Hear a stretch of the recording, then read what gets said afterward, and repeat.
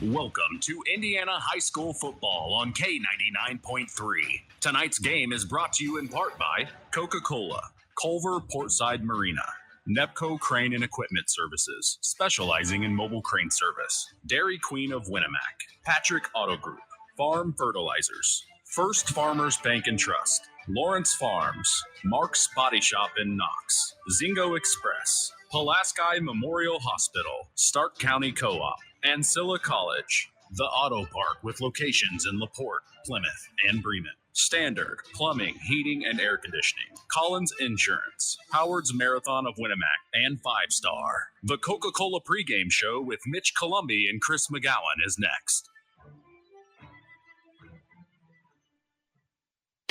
Why does the IHSAA often refer to high school sports as the second classroom? Because it's where student athletes learn valuable life lessons that will guide them through the rest of their lives. I'm Chris Kaufman, a former Northwestern High School Tiger. And I'm Brian Lewis, a proud Jasper Wildcat. We're both assistant commissioners of the Indiana High School Athletic Association. We're also both educators and former student athletes, so we understand great teachers and coaches are the key to receiving a great education. Thank you to every educator across the state of Indiana for the efforts and sacrifices you make each day to set Hoosier students up for success in life.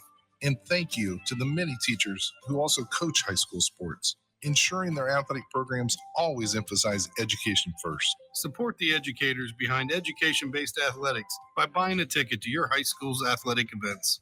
This is the second classroom. This is education-based athletics. This is your IHSAA.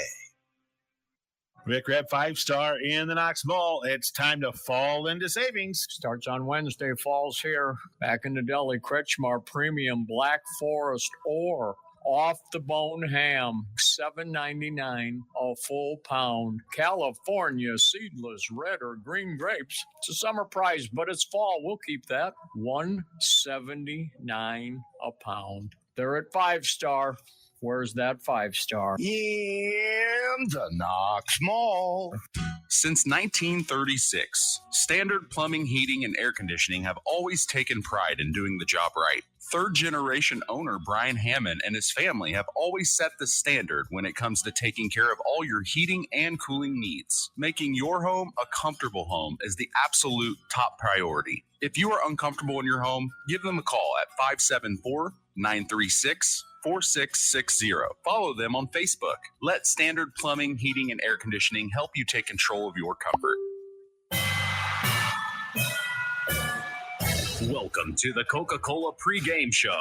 Now, here are the voices of K99.3, Mitch Columby. You're listening to Kankakee Valley Broadcasting's WKVI. Tonight, the North Judson-San Pierre Blue Jays look to continue their undefeated season as they host the Culver Academy Eagles here in North Judson. This is Indiana High School football. For the last 57 years, we've experienced sports broadcasting greatness here on WKVI. For that, we tip our hat to Harold Welter and thank him for his dedication and service to local high school sports. Thank you, Harold, for all that you did for Kankakee Valley Broadcasting. Thank you to our in-game producer, Marilla Schaefer, who is back at KVB headquarters, making sure we are broadcasting out to you live. Down on the sidelines, getting all the inside information from the field, our sports analyst, Chris McGowan. I am Mitch Columby. The tradition continues. This is Indiana High School Sports on Kankakee Valley Broadcasting's WKVI. And we welcome you to Liberty Field here in North Judson, Indiana, 46366, as the Blue Jays are in a battle with Eagles tonight, providing us our entertainment this evening as Week 6 of the Indiana High School football season gets underway. We are set here to continue the new era of Kankakee Valley Broadcasting Sports on WKVI 99.3 FM and around the world, streaming live on WKVI.com and IHSAATV.org. Chris, as we get ready for Week 6, coming off the third shutout win in a row for the Blue Jays last week over Winnemac, the Culver Academy Eagles have had a bit tougher time getting things going. They won their first game over a month ago on August 19th in Week 1 over Indianapolis Tech, 17-14, but things got bleak quick. They lost 3-21 in week 2 to Mishawaka Marion, then 6-44 versus Hanover Central, lost 14-28 in week 4 to Hobart, and last week to Brebeuf 13-49. They obviously play different teams around the state than these Blue Jays do, Chris. Does that mean the season records are out the window tonight, Chris? Yeah, it does. Throw the season records out the window because Culver Military Academy Eagles, they do play a lot tougher schedule, and they do travel the state. So again, you heard Coach Lambert on the Saturday Sports Show last week talk about the fact that because of the military academy and how they do things, they don't get a normal summer like most schools do. So about this time is where you actually see Culver Military Academy actually start to gel and come together and start playing really good football. So North Judson can't take this game lightly, that's for sure.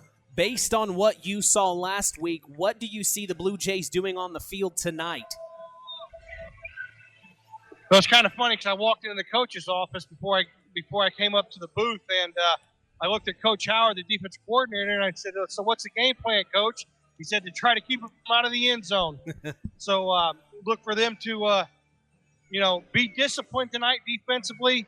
Culver Military Academy likes to throw the ball a lot more than what North Judson has seen so far, so it may take some time for them to get adjusted. But again, look for North Judson to come out and try to establish their physicality.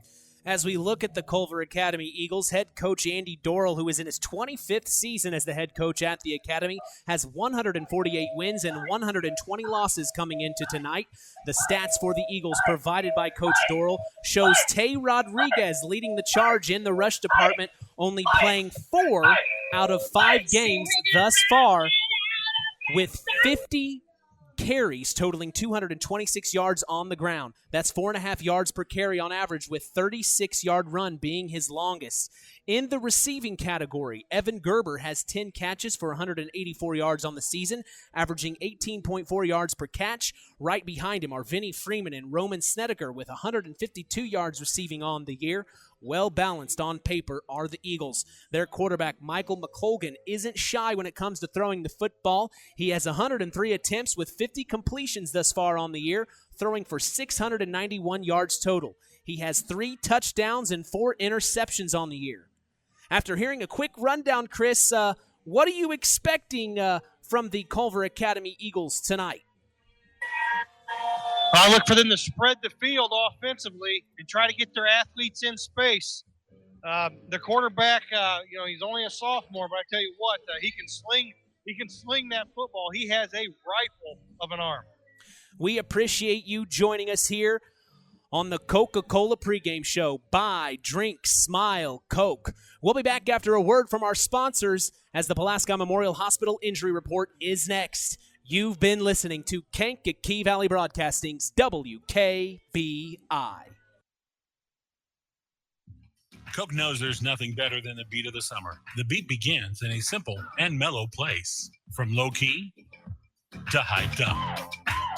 So we're helping you and your friends drink it all in with 100 days of the artist's experiences, tracks, and concerts with the best names in music, all at Coke Studio. Drink, scan, and enjoy your Coke, so you never miss out on all the amazing offers we're dropping this summer.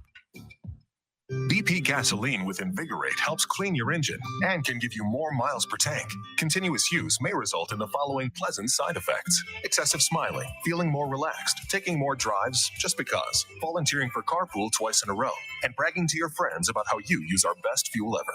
To find out if BP gasoline with Invigorate is right for you, stop by your local station to discover our best fuel ever.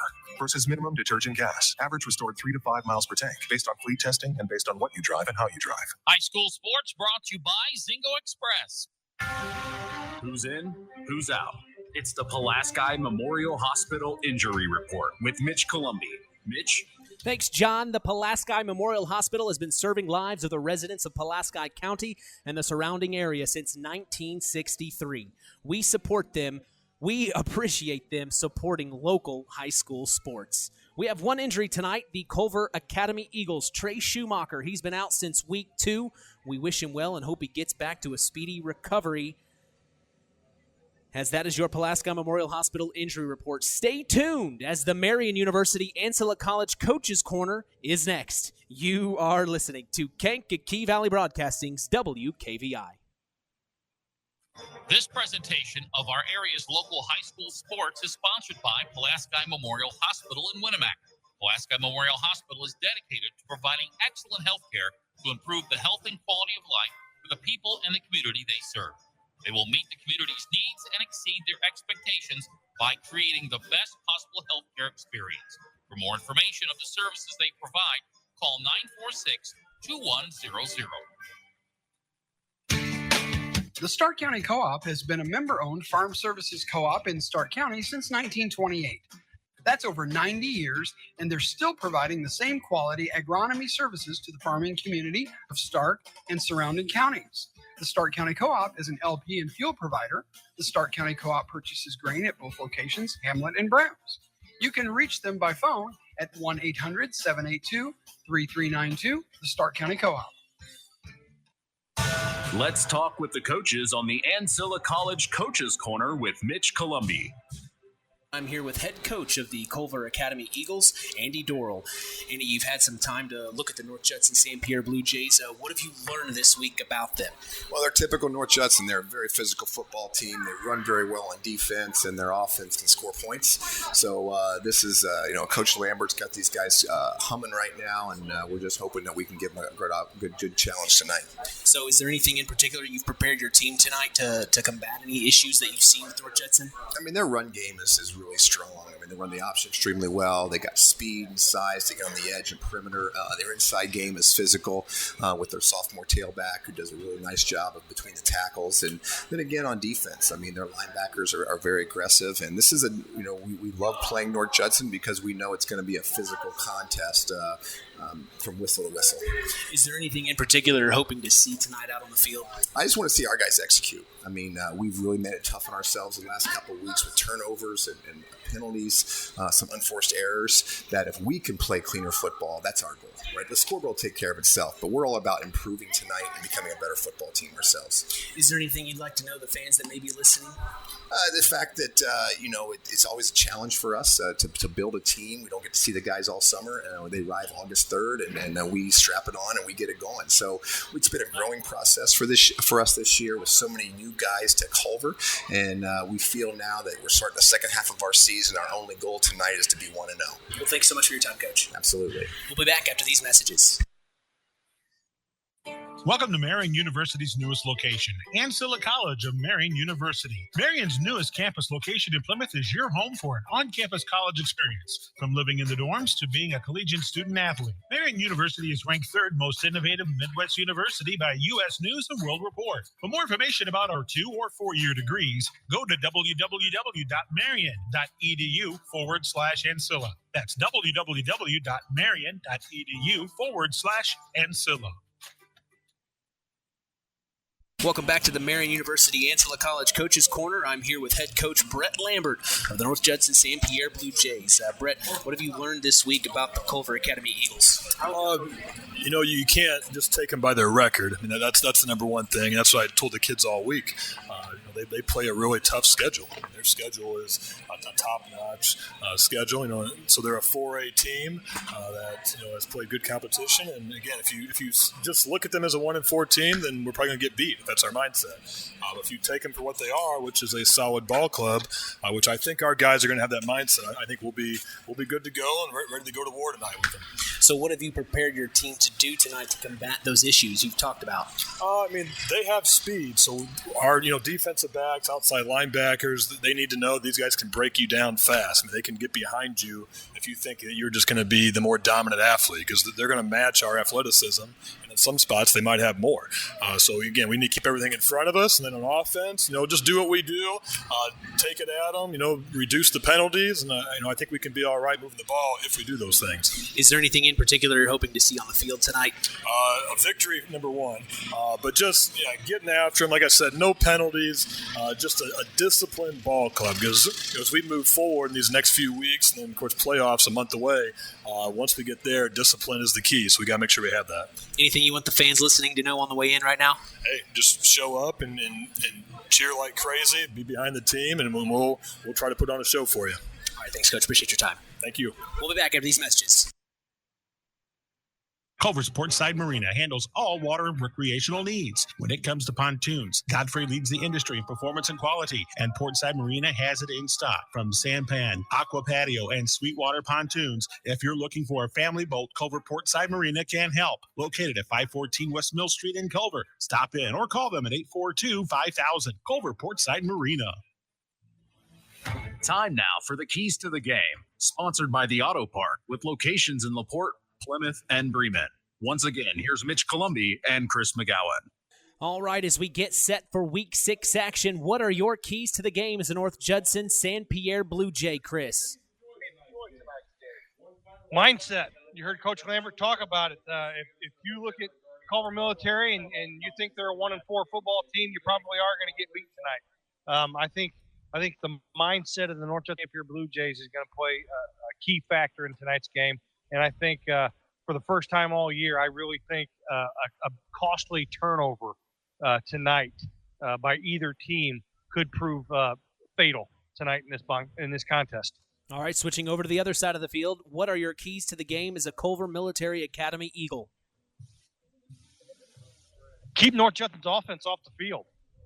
Your best defense is a good offense, and North Judson can't score any points if they don't have the football. So secure the football and sustain drives. Now, Culver Military likes to throw the ball a little bit more, so that's going to be hard to eat some clock when you're doing that with incomplete passes. But again, run a lot of bubble screens and just get your athletes out in space and make North Judson make plays in space. That's your Keys to the Game, sponsored by the Auto Park with locations in LaPorte, Plymouth, and Bremen. Today's broadcast is also brought to you in part by Marian University's Ancilla College. If you are looking for a place to continue your education, visit marian.edu/Ancilla. We are going to take a break as the Coca-Cola pregame show continues. Our starting lineup is next. You're listening to Kankakee Valley Broadcasting's WKVI. Here at the Auto Park Chevrolet Buick GMC in Plymouth, we have one of the largest vehicle selections in northern Indiana. We know that you can visit any number of dealerships when shopping for a new car. That's why we always make sure we go above and beyond for our loyal customers throughout Michiana. Our Auto Finance Center also works to ensure that you take advantage of a lease or loan solution that fits your budget. Lots of new inventory in stock and en route. Special local market pricing. Come drive the new Silverado and soon the new Hummer EV. Stop by our showroom today or go to AutoParkChevroletBuickGMC.com and see more. Or even buy that special car you're looking for. The Auto Park Chevrolet Buick GMC in Plymouth. Come see the value. This presentation of our area's local high school sports is sponsored by Pulaski Memorial Hospital in Winamac. Pulaski Memorial Hospital is dedicated to providing excellent health care to improve the health and quality of life for the people and the community they serve. They will meet the community's needs and exceed their expectations by creating the best possible healthcare experience. For more information of the services they provide, call 946-2100. Now it's time for the starting lineups. Starting lineups on offense for the Blue Jays. Starting at quarterback is Aldrich Harper. The running backs, Cheyenne Allen and Quentin Frazier. Starting at fullback is Brock Benson. Starting wide receivers are Josiah McDaniel and Jackson Boyd. And holding the fort down on the offensive line for the Blue Jays are Jacob Gebka, Canyon Minix, Cole Kozakar, Tyler Barnhart, and Hunter Redlin. Going against those Blue Jays on defense for the Eagles, starting on the defensive line are Henry Gesicki, Parks Adams, and Henry Booth. Starting linebackers tonight for the Eagles are Kyle Eggbrotten, George Van Peterson, and Ricky Garza. The starting safeties tonight are Vinny Freeman, Foster Stockton, and Stephen Gray. The cornerbacks tonight are Aiden Cartmell and Rory Sullivan. Aiden Cartmell and Rory Sullivan. On offense, the Eagles tonight look like this. Starting at quarterback, Michael McColgan. Running backs are Kyle Eggbrotten and Ty Rodriguez. The starting wide receivers tonight are Roman Snedeker, Henry Bilsland and Foster Stockton. The O-line being held down by Jake Dolan, Cam Settlemeyer, Charlie Fall, Job Maverick, and Parks Adams. For the Blue Jays on defense, going up against that Eagle offense, Starting on the defensive line are Logan Radke, Jackson Boyd, C.J. Sanchez, and Cole Kozakar. The middle linebackers are Quentin Frazier and Cheyenne Allen. The outside linebackers are Aldrich Harper and Samuel Hollum. The cornerbacks are Cole Wilcox and Gabe Ellis. And starting at safety tonight is Josiah McDaniel. Kicking off for both teams tonight are Ricky Garza of Culver Academy and Cheyenne Allen of North Judson-San Pierre, as that is our starting lineups for tonight, as we will be back to get set for kickoff as Week 6 of the 2022 Indiana high school football season from North Judson, Indiana is about to get started. You're listening to Kankakee Valley Broadcasting's WKVI. Number 60, Tyler. What's good about Dairy Queen? Dilly bars, DQ cakes, blizzards, and the $5 buck lunch. Stop in for the $5 buck lunch with an entree, fresh hot fries, your choice of an ice-cold Coca-Cola product, and a soft-serve sundae flavor of your choice. Available every day from 11 to 4. Have a $5 buck lunch exclusively at Dairy Queen. Proud to support high school sports on US 35 Monticello Street in Winamac. Find out what's good about Dairy Queen. Stay tuned for more in-game action with Mitch Columbi and Chris McGowan on Kankakee Valley Broadcasting's WKVI. At one running back, number 12. Coke knows there's nothing better than the beat of the summer. The beat begins in a simple and mellow place, from low-key to hyped up. So we're helping you and your friends drink it all in with 100 days of the artist's experiences, tracks, and concerts with the best names in music, all at Coke Studio. Drink, scan, and enjoy your Coke, so you never miss out on all the amazing offers we're dropping this summer. Welcome back to Liberty Field as the North Judson-San Pierre Blue Jays host the Culver Military Academy Eagles.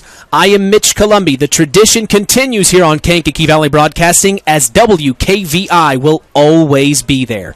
As we look around for our other area teams, Chris, let's check them out. The West Central Trojans, coming off that big win against North Newton last week, 42-0. They travel to South Newton tonight. Kickoff is set for 7:30 p.m. Eastern here in just a few minutes, as the Culver Cavaliers will be at home hosting the Winamac Warriors tonight. Kickoff was slated 21 minutes ago, so we will hopefully have updates later on in the broadcast. And as we look at the Knox Redskins for homecoming night tonight, they are hosting the LaVille Lancers. Boy, we keep hearing about LaVille throughout the year. I hope we get a chance to see him, Chris. Then we move on into the Winamac Warriors. We just spoke. They're playing at Culver, the Culver Community Cavaliers, not the Culver Military Academy Eagles that are here this evening. My apologies. They're coming off a tough loss last week. The Winamac Warriors they lost to North Judson. That was our game of the week, 41-0. Let's see if Josh Burgess can turn things around against Culver tonight. And then the South Central Union Mills Satellites, Buzz Schoaf, hoping to come off that win last week and continue over Osceola Grace last week, 24-20. They travel to Lake Station tonight, and we hope we can get updates throughout the game. We'll try to do what we can for you, as that's our area team schedule tonight. Chris, what stood out to you? I got to be honest with you, down here, one of my students at lacrosse last year was in the military, and he graduates next week from boot camp. So his dad was just telling me about that. So I actually didn't get to hear any of that. So I'll be honest with you, I'm down here talking to him. So I'm very, very proud to hear that Jonas Evers made it through boot camp and will be graduating next week. Well, we do want to recognize the National Guard is here on hand, and remind us what tonight is called again tonight, Chris. It's just an Indiana Army National Guard night. They're here promoting North Judson. Actually, it's kind of weird seeing them in the black uniforms, basically all black uniforms with yellow trim. But again, just a fun night, and just recognizing our military here tonight here at Liberty Field. And just like he said, the North Judson-San Pierre Blue Jays will be in a different uniform this evening. We got to catch a glimpse of them earlier. They were black with, like he said, I believe, were they yellow or is that gold trim? Yellow or gold trim? Looks more yellow, but we'll go with gold since the school colors include gold. We'll go with gold. Okay, we'll go with gold. And then the Culver Military Academy, I saw them. They are in all white tonight. So all white versus black and gold is what we're going with as the band is about to enter the field for the national anthem as we are getting set for kickoff tonight. We are so glad you're with us here on WKVI 99.3 and WKVI.com, streaming throughout the world wherever you are. We so appreciate you joining us.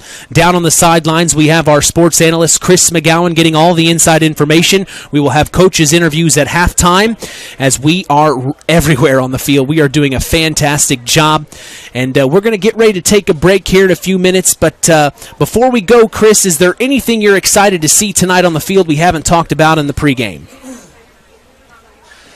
I just, again, for like the second week in a row, we're actually second time in 3 weeks. It's a family affair for me. I got family on the Judson sideline. I got a cousin that's on the coaching staff at the military academy. So it's kind of nice getting together with my brother and our cousin, and took a couple photos and sent it out to the family. So interesting. Could be an interesting night again tonight, that's for sure.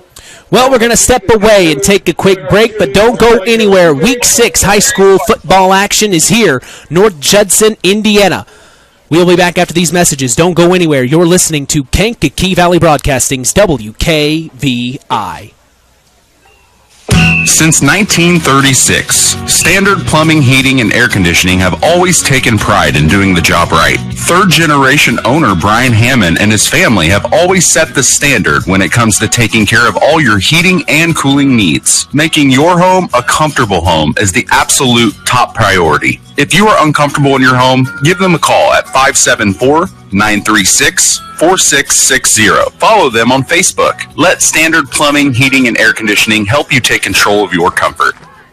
This presentation of our area's local high school sports is sponsored by Pulaski Memorial Hospital in Winamac.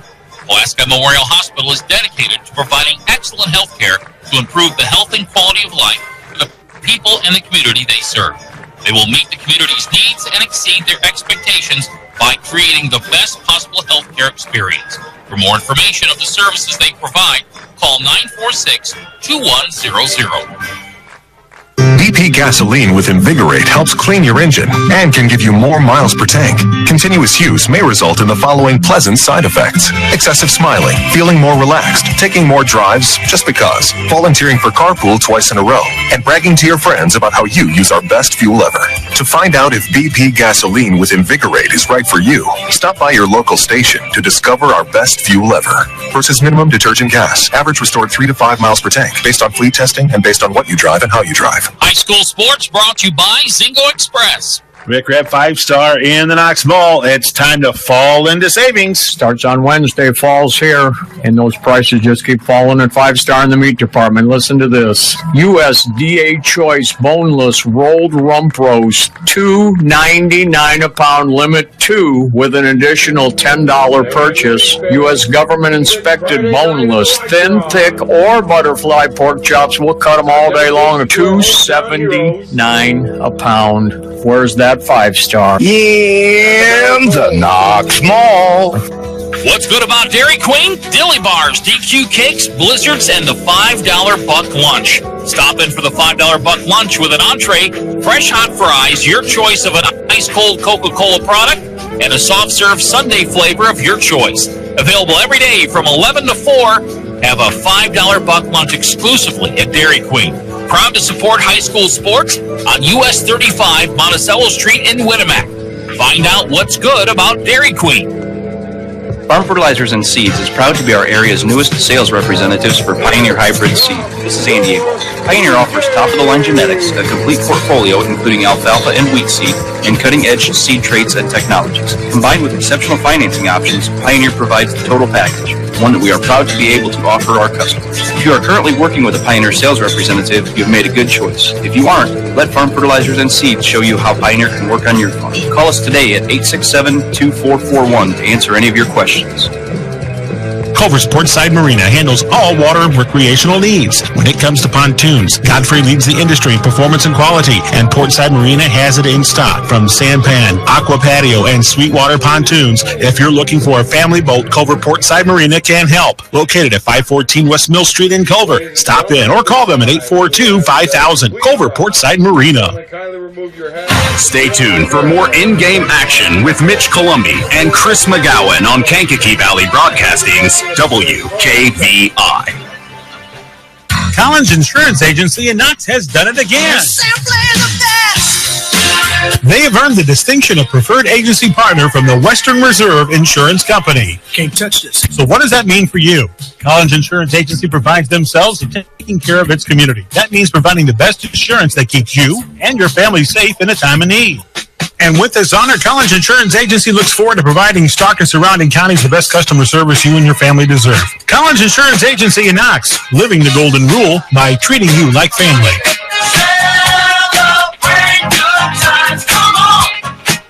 What's good about Dairy Queen? Dilly bars, DQ cakes, blizzards, and the $5 lunch. Stop in for the $5 lunch with an entree, fresh, hot fries, your choice of an ice-cold Coca-Cola product, and the soft-serve sundae flavor of your choice. Available every day from 11 to 4. Have the $5 lunch exclusively at Dairy Queen. Proud to support high school sports on US 35, Monticello Street, Winamac. Find out what's good about Dairy Queen. Howard's Marathon in Winamac has a reputation built on getting things done right. With 30 years experience as an ASE Master Auto Technician, Dean Wentz is the right choice for the auto repairs or service. From auto computer diagnostic checks to new batteries and tires, they can take care of it all. Howard's Marathon is a proud supporter of area high school sports and wishes all teams a great season. Howard's Marathon, 121 South Monticello Street in Winamac. Call 574-946-6894. Welcome back to Liberty Field as the North Judson-San Pierre Blue Jays host the Culver Academy Eagles. Once again, I'm Mitch Columbi. The tradition continues here on Kankakee Valley Broadcasting as WKVI will always be there. The on-field PA announcer tonight is Nate Radke. The clock operator is Bill Ransom. The play clock operator tonight is Gary Baxter. Our officials for this evening are Kevin Funk, Sean Hanas, Dennis Kaiser, Jacob Bush, and our lead official this evening in the white hat is Alan Clem. Our sideline reporter getting all the access down on the field tonight is KVB sports analyst Chris McGowan. The coin will be about to be flipped here shortly as let's go ahead and bring in Chris McGowan and see how he's doing down on the sidelines. Chris? Actually, I'm coming to you. I'm experiencing a little technical difficulty, so we'll get that taken care of, but I'm on my way up to you. All right, that's Chris. We're taking care of everything here as we are getting ready. The looks like both teams' captains are going out to the center field to shake hands and do their normal routine here. As we will see who is going to return this one first.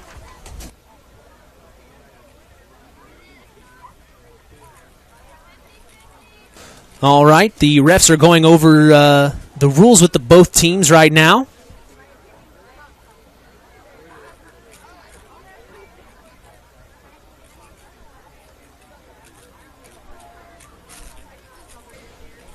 Still talking things over here. My apologies. We're getting things fixed up here at the booth.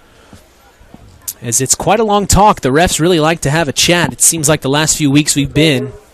It looks like the Culver Military Academy Eagles will be returning first. So the coin has been flipped. The team captains have shaken hands. Culver Military Academy will be receiving first as we are set for Week 6 action here in North Judson, Indiana. Kickoff this evening is brought to you by Web Printing and JT Shirt Shack of Winamac. We appreciate them supporting local high school sports and for being our sponsor of the Tyler Roth WKVI Athlete of the Week. That'll conclude our Coca-Cola pregame show as we are ready for action here in North Judson, Indiana.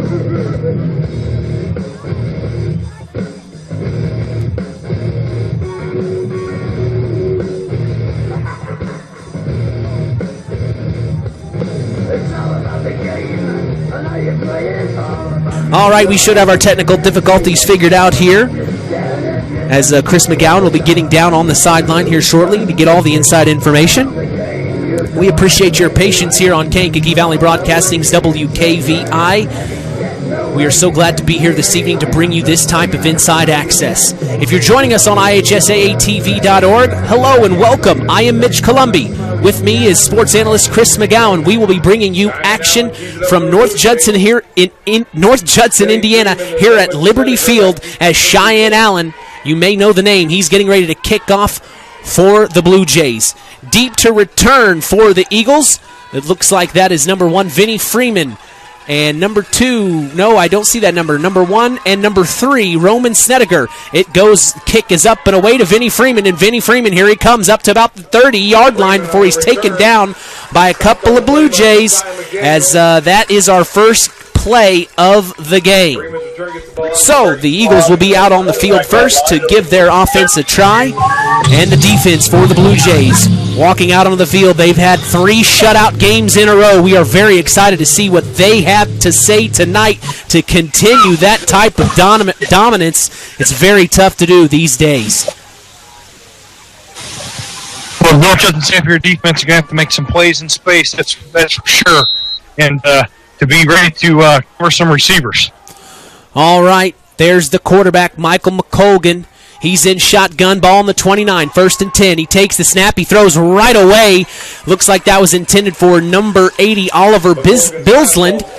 Incomplete pass, a perfect throw, really. It just slipped right through his hands, and it'll be 2nd down. Gabe Ellis on defense. Yeah, the quarterback for Culver Military, I tell you what, like I said in the pregame, watching him warm up, I was really impressed with his arm strength for a sophomore.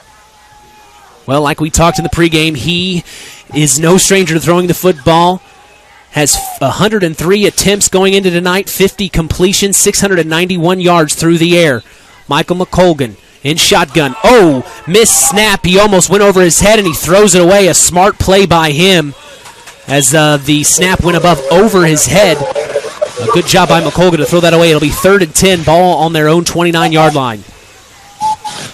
Yeah, McColgan there showing some poise there, because that could have been disastrous for the Eagles, but was able to regain control and just threw it over the receiver's head there, not giving anybody a chance to make a play. 3rd and 10 for the Eagles. Quarterback Michael McColgan, the sophomore, in the shotgun. Takes the snap. He's looking to throw again. Now he's got to roll out to his right. He's got Blue Jays all over him. He's coming up to about the 30-yard line. He's going to take it himself, maybe get a couple of yards before he lowers his shoulder. Looks like he can take some hits as well, Chris. Yeah, a very mobile quarterback there. Got out in space.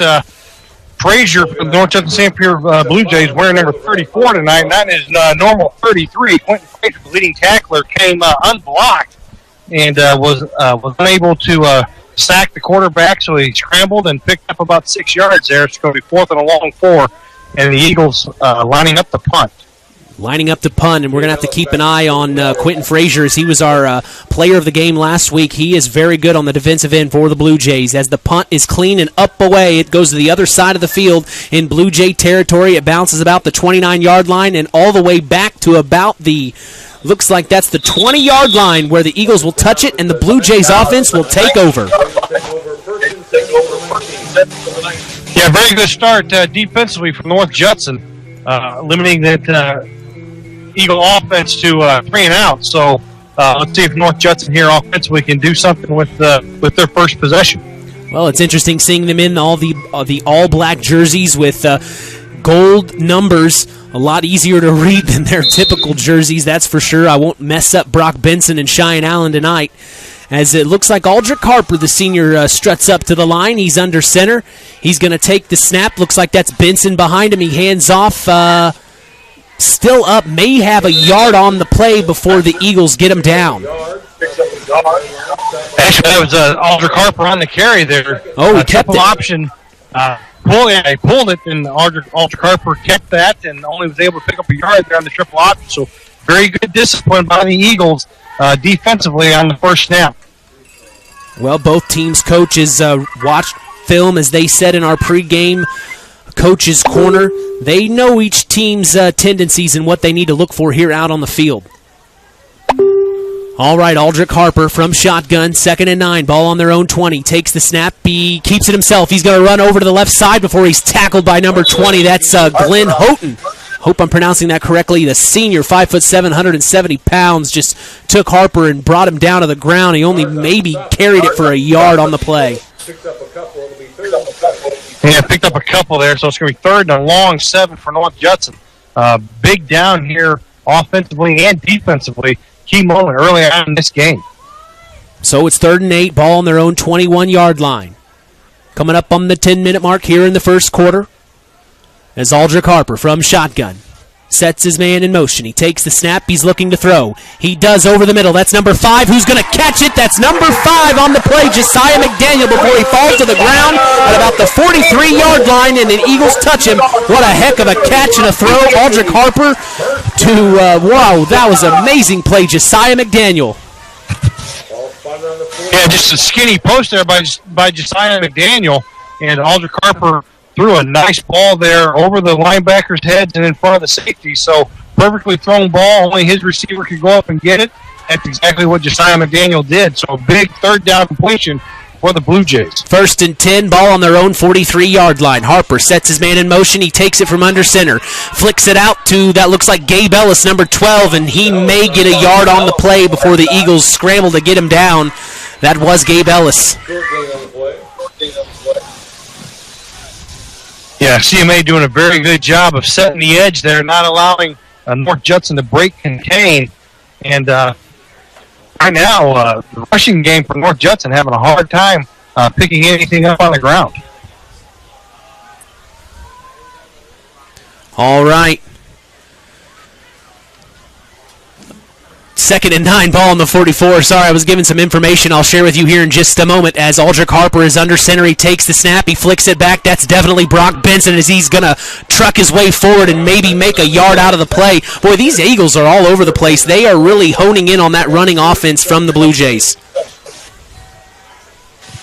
Yeah, that was Gerber, the defensive end, the 6'5", 220-pound defensive end that Benson in the hole there. And I think Gerber's going to want to get a little bit lower the next time he tries to take on Benson. Threw him forward for a couple yards. So another 3rd and long 7 for North Judson here offensively. 3rd and 7, the cool cat, Aldrich Harper, steps up, takes the snap under center. He's looking to his right. He throws as he gets hit. Big hit there. That was number 40 for the Eagles, Kyle Igbraten. Hope I'm pronouncing that correctly, as he got Aldrich Harper right as he threw, and the pass goes incomplete, out of bounds. The Blue Jays are looking to punt away here. Yeah, so CMA doing a good job there of calming down and getting a good feel for what North Judson's going to try to do offensively. So a back-and-forth affair to start the game off. Both teams have had a chance with the ball. Their defensives are looking good as the snap out to the kick didn't work. It went over his head as he will have to run this play. That was number 34 for the Blue Jays kicking. He didn't get his kick away. That was Quentin Frazier, and just was too high of a snap. He had to run it. He got it back to about the 50-yard line. Not exactly where they wanted the ball to be placed, but it's better than it could have been there, Chris. Yeah, it could have been a lot worse. Did a good job of keeping that ball from going over his head. And by the time he corralled it, the Eagles were back there, and he almost picked up the first down. Just came up about a yard short. Well, the Eagles move fast. They're out on the field. 1st and 10, ball on the 50-yard line. Right square in the middle, front and center of me. Takes the snap, McColgan. He hands off up to the right side. That's number 7. We'll get the name here in a minute. He's rolling out to the right. He's got maybe 5, 6 before he goes out of bounds. That's number 7, Tay Rodriguez, the sophomore. Yeah, leading rusher for the Eagles, and I tell you what, you could see his speed right there because North Judson had an outside linebacker on a block, and not used to that kind of speed, so North Judson's going to have to get acclimated to that real fast. So he got 4 yards on the play, 2nd and 6, ball on Blue Jays' 46-yard line. They move into Blue Jay territory after that play. Here comes the quarterback, McColgan. He takes the snap. He throws out to the left side. That's Roman Snedeker, who's going to get maybe the first down and a little more before he's tackled by Gabe Ellis at about the 36-yard line, excuse me. Yeah, just a little bubble screen there by the Eagles, and North Judson not doing a very good job of getting rallying to the ball there. Good stalk block by the receiver out there on the perimeter for CMA. That was number 80 there making the block, allowing allowing Roman Snedeker to pick up that first down. So it'll be 1st and 10, ball on the Blue Jays' 36-yard line. Here come the Eagles. McColgan from shotgun takes the snap. He rolls out to his right. He's looking to throw. Here comes a Blue Jay after him. He throws. It was almost caught, but it fell out of the hands of the intended receiver. It was about the first down marker, but the play is no good. Boy, I tell you what, that was 54, I believe. No, 34. That was Quentin Frazier. Boy, he was coming flying around the corner, about tackled McColgan before he got the ball away. Yeah, North Judson brought the linebacker there on the blitz. On the rollout, CMA was in a trips formation and just ran a flood combination to the right side of the offensive formation. North Judson was aggressive there and brought the blitz. 2nd down for the Culver Military Academy Eagles. Michael McColgan from shotgun takes the snap. He throws out to his right immediately, and it was dropped. The intended receiver was Roman Snedeker. He dropped the ball right as it was right in his hands, too. That unfortunate play there. I'll tell you what, Sam Holland did a lot better job there. He was in a lot better position than he was on the first time they ran the bubble screen. Again, the ball just went right through the receiver's hand, but Sam Holland was in a perfect spot to limit that to a no game. Here we go, 3rd and 10, ball on the 36. They've got to make something happen here. McColgan takes the snap from shotgun. He finds his man, fires it right into the middle. That's number 40, Kyle Eggbrotten, the junior, as they are going to move the chains and get the first down. A great throw right over the middle, a bullet pass. Yeah, again, faked the bubble screen there. They were in a trips formation, and Eggbrotten there just ran a 10-yard out, and the ball was right there on the break, and perfect thrown ball. All right, 1st and 10, ball on the 23-yard line. They're moving the chains just like they need to. Michael McColgan from shotgun takes the snap. He's looking to throw again, and he does find his man. That's number 80, Oliver Billsland, as it's maybe an 8-yard completion before the Blue Jays get him knocked out of bounds.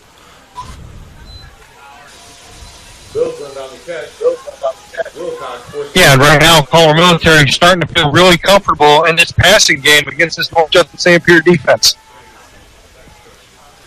So it'll be 2nd and 2, ball on the 15-yard line, and they are inching closer.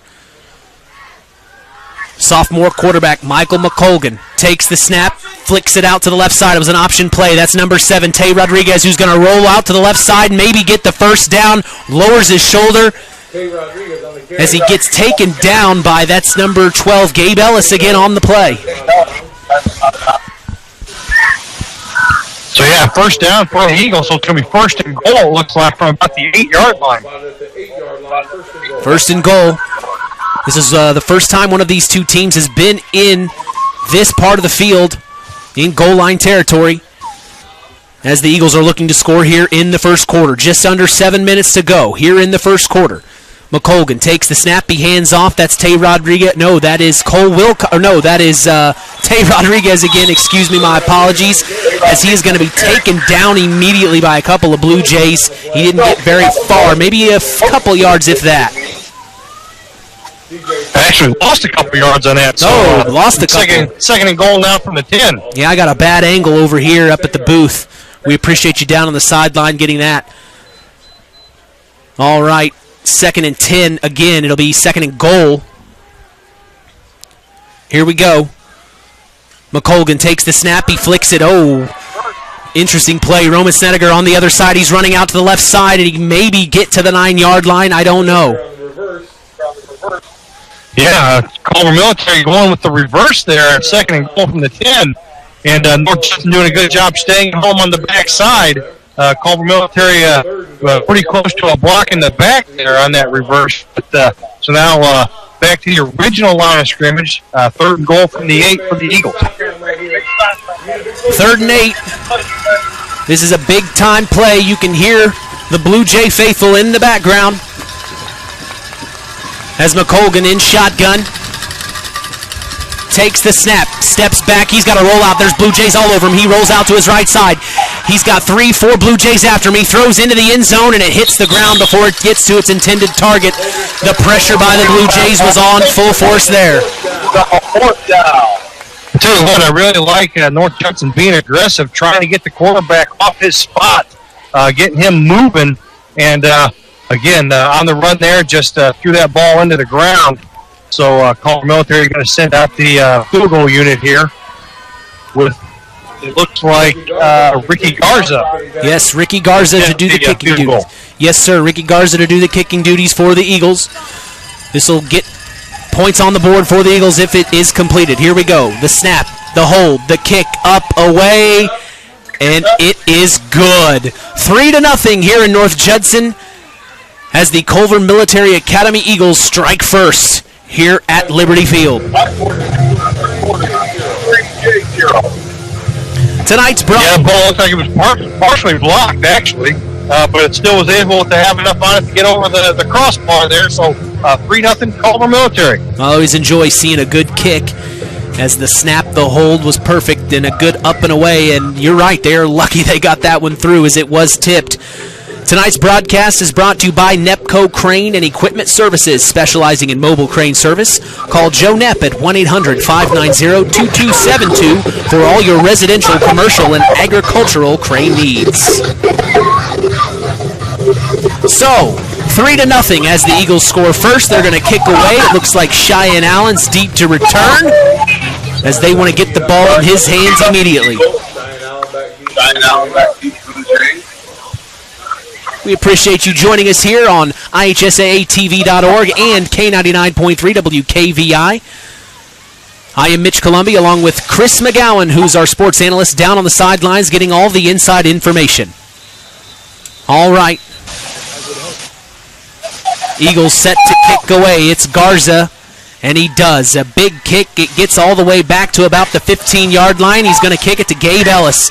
Gabe gets it about to the 25-yard line, wrapped up. He's still chugging along. He gets to about the 32-yard line before he's brought down by a couple of Eagles. That was number 7, Tay Rodriguez, on the tackle. Yeah, North Judson, I really like what they've got in this return game because you got Cheyenne Allen all the way back, who's Mr. Everything. You don't want to kick it to him, but then you got Gabe Ellis, who's got speed to burn, and then Trey McGowan on the other side. They're kind of up-backs. Trey McGowan went to the house last Winnemac, so a three-headed monster back there in the return game for the Blue Jays. 1st and 10 for the Blue Jays. Aldrich Harper takes the snap under center. He flicks it out to Cheyenne Allen. He's going to fight his way, cut his way back over to the right side. He gets to about the 43-yard line before he lowers his shoulder and puts a big hit on number 16 of the Eagles. That was Foster Stockton, but Stockton took the hit well as he brought Allen down. Big play there as he may have the first down here. Well, there was a penalty flag on the play. Oh, I didn't even see it. And a block in the back here by North Judson. Boy, you hate to see that wasted effort there from Cheyenne Allen. Boy. Okay. So it'll be first down. They'll replay it again. 1st and 10, ball on the 32-yard line. Their own 32-yard line. No, their 24-yard line, excuse me.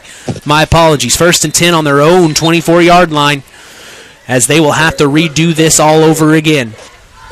So they break the huddle.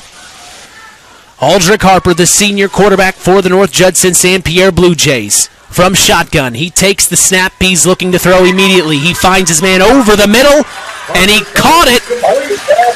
Looks like that's number 5, Josiah McDaniel on the catch. Yeah, North Judson finding something there with McDaniel running a slant there and picking up 1st and 20, picking up about 16 yards there. So 2nd and 4, very manageable 2nd and 4 for the North Judson-San Pierre Blue Jays. Just under 5 minutes to go here in the first quarter as time ticks away. Aldrich Harper, the senior quarterback, under center. He takes the snap. He hands off. No, he keeps it himself. He's running up to the right side. He gets maybe to the 45-yard line before he's knocked out of bounds by a couple of Eagles. That was number 40, Kyle Eggbrotten on the tackle for the Culver Academy Eagles. But first down for the Blue Jays as they move those chains. Yeah, just again, triple option attack, and Aldrich Harper made the right read, kept it there. Had looked like Gabe Ellis that was in pitch phase, but decided to go ahead and keep it himself and pick up the first down. So North Judson with a fresh set of downs here. Fresh set of downs. 1st and 10, ball on their own 45-yard line. Harper takes the snap from shotgun. He hands off up the middle. That's Brock Benson. It's hard to bring that guy down as he's going to get the first down right away before he's tackled by a couple of Eagles at about the 45-yard line on the other side of the field in Eagle territory. Yeah, good read there on the triple option. I actually thought there were a few times in the last possession where first option was there, but Aldrich decided to pull it. But right there made an excellent read on that triple option, and North Judson picks up the first down with the fullback.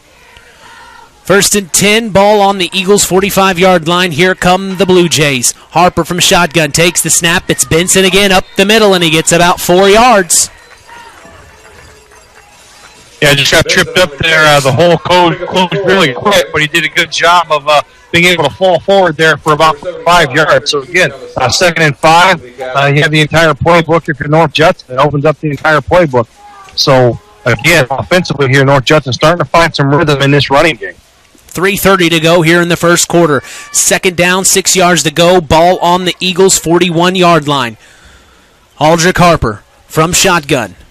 Takes the snap. He's looking to throw out to his left side. He finds his man immediately. That's number 9, Trey McGowan, who's going to get the first down and more. I thought he was going to break away before a couple of Eagles tackled him at about the 26-yard line. First down, Blue Jays.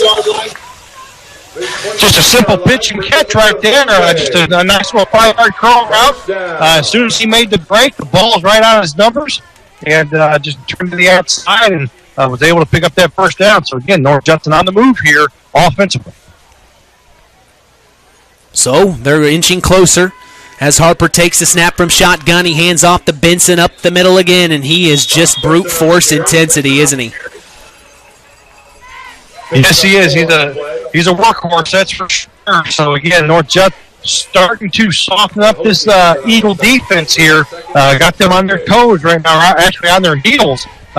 CMA is starting to catch North Judson instead of pushing them back. They're starting to catch the running backs from North Judson. All right, 2nd and 6.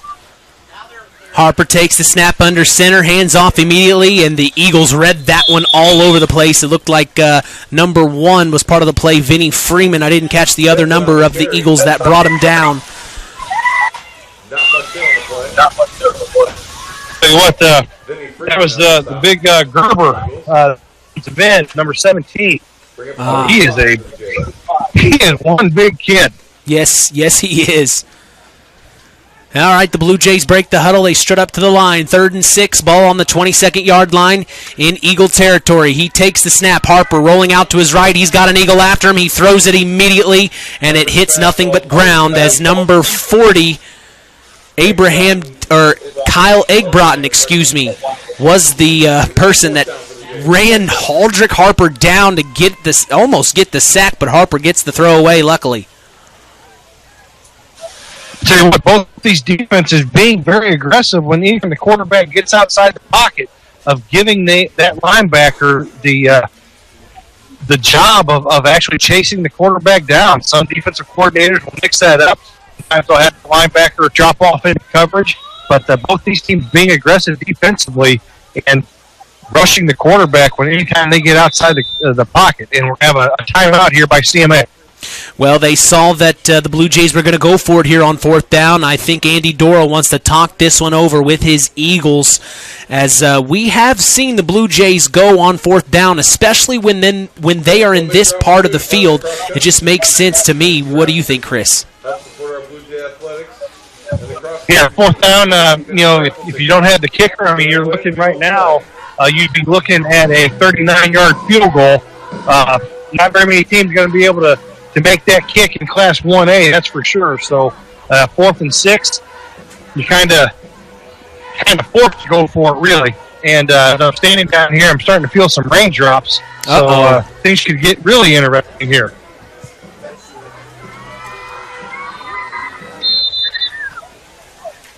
All right. It is probably the first night of the year we can say it feels like football outside. I'm wearing pants for the first time this season instead of shorts, and wearing a jacket right now. The first 5 weeks of the season, Chris, were pretty toasty and warm. It's a little change this week as you see hoodies and people wearing sock hats. What do you call them, sock hats, Chris? Takes the snap. Harper throws it over the middle, and he's hit immediately as he's taken down, and the Blue Jays are not happy with that play at all. George Van Peer to someone. Yeah, good. Culver Military being very aggressive and brought the house there.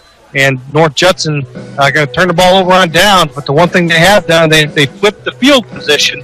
So Culver's going to have to take the ball 78 yards to score.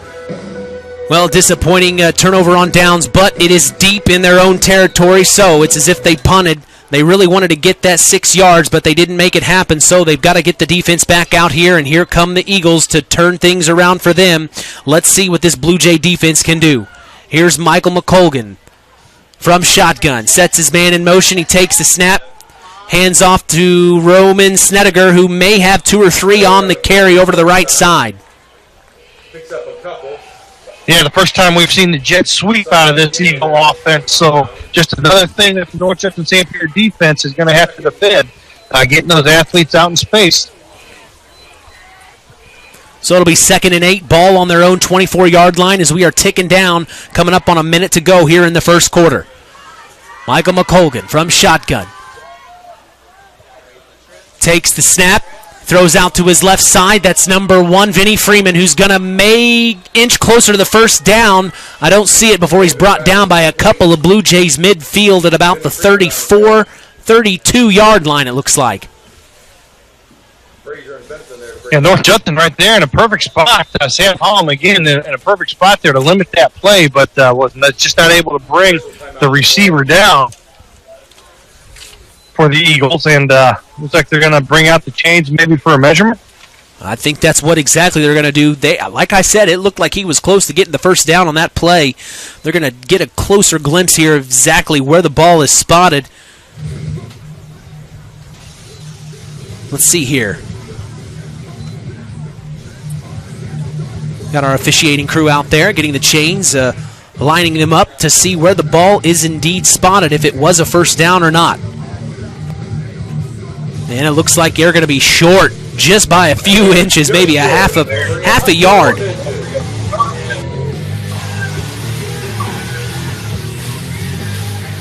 So it'll be 3rd and 1 with 58 seconds to go here in the first quarter.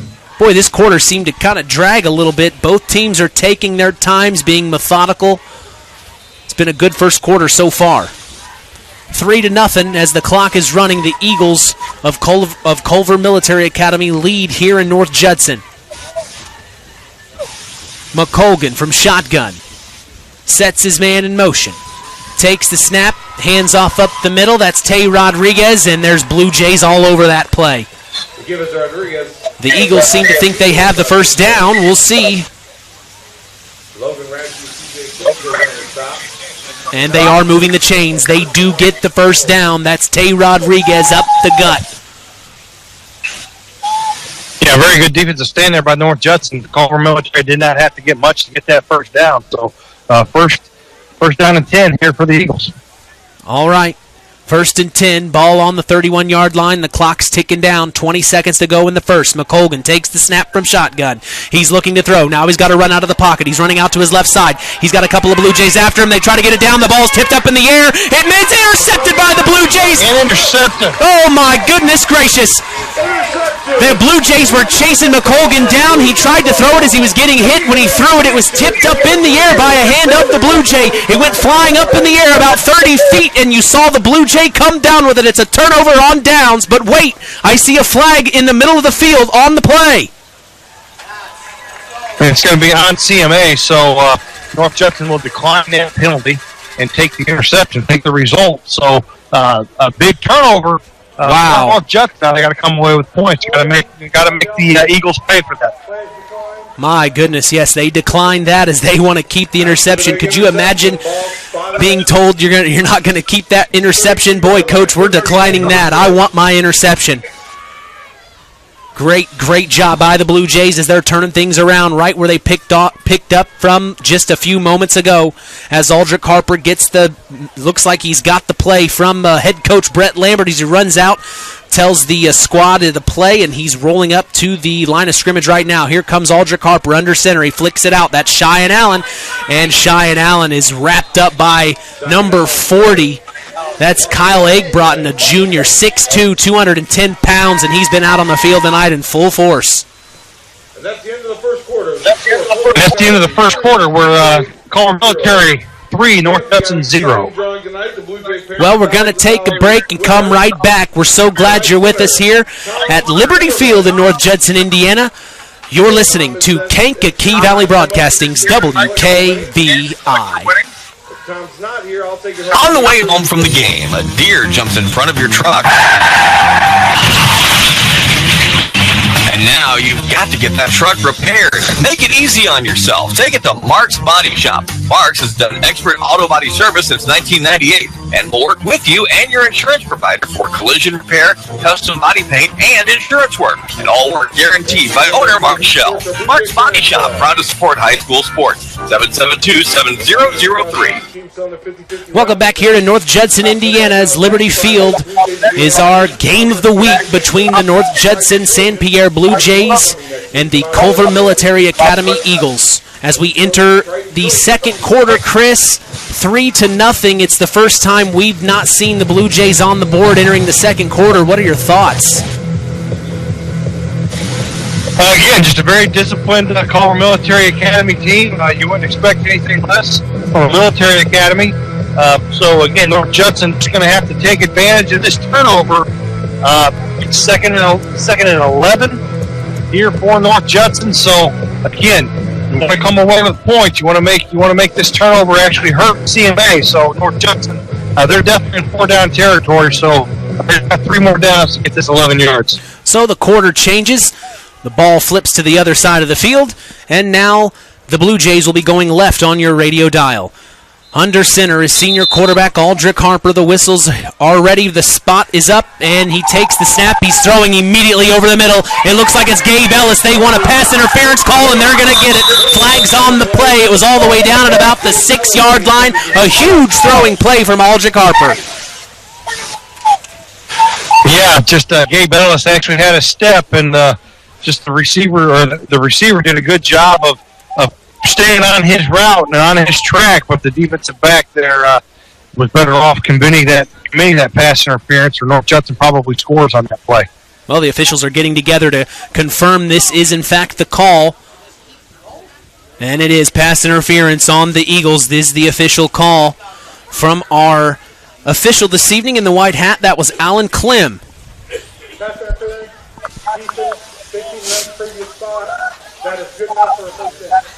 All right, so it'll be first down for the Blue Jays. Yeah, I'm just going to say that penalty gives North Judson the first down, so it's going to be first and 10 from about the 18, if my math is correct. Yes, sir, you are exactly right. Ball spotted on the 18-yard line in Eagle territory, first and 10. We just started the second quarter as Aldrich Harper's from shotgun. Looks like that's Brock Benson to his left. He hands up to Benson, and he's going to try to fight to get a couple of yards on the play before he's brought down by a couple of Eagles.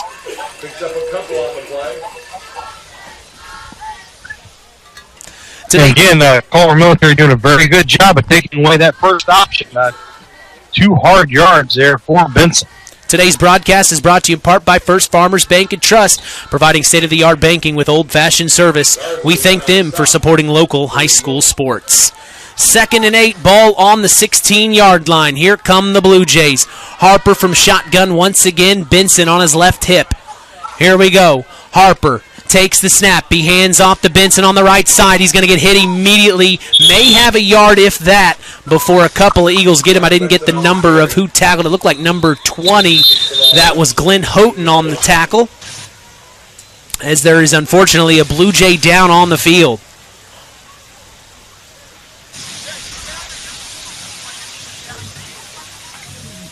Boy, this does not look good, Chris.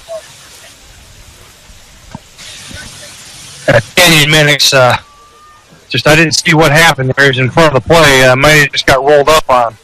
But Yeah, he's down on the ground. Tried to get up, but looks like it might be. I'm not going to speculate here because I can't see. I got too many bodies in front of me. But again, he tried to get up but was unable to. So answering some questions right now from the training staff from Culver Military, and we'll see where he's at. Today's game is brought to you in part by Howard's Marathon of Winamac, serving Pulaski County for 43 years. Call 574-946-6894 and ask for Howard. We thank them for supporting local high school sports. Well, we talked a little bit about the Culver Military Academy Eagles in the pregame, as it looks like the Blue Jay is going to get up and have some help as he's hobbled off the side of the field. Boy, you just hate to see that. And you say that is Minix, Chris? Yeah, number 64, Canyon Minix. Boy, you hate to see that. Senior, 6'2", 250 senior. Boy, you sure hope it's nothing serious. This is nothing you want to see. My goodness. We'll definitely keep him in our thoughts, as that is terrible news for the Blue Jays, as he's a starter for them. He's a very good player for the Blue Jays. As he put his heart on that play, boy, put his body on the line, and that's the root cause right there. Boy, you hate to see it. So the Blue Jays will move forward as it's 3rd and 8, as they're going to try to make something happen here. Aldrich Harper's under center. Here we go. Harper sets his man in motion. He flicks it out. Looks like it's a strong toss out to the left side that looked like Cheyenne Allen. I wasn't sure. There's Cheyenne Allen there on the toss play, and did a very good job of staying to the outside of it. He usually likes to cut that back, but was able to pick up 5 or 6 yards there. It's going to be 4th and 2 here for North Judson. So a big 4th down play here early on in the second quarter.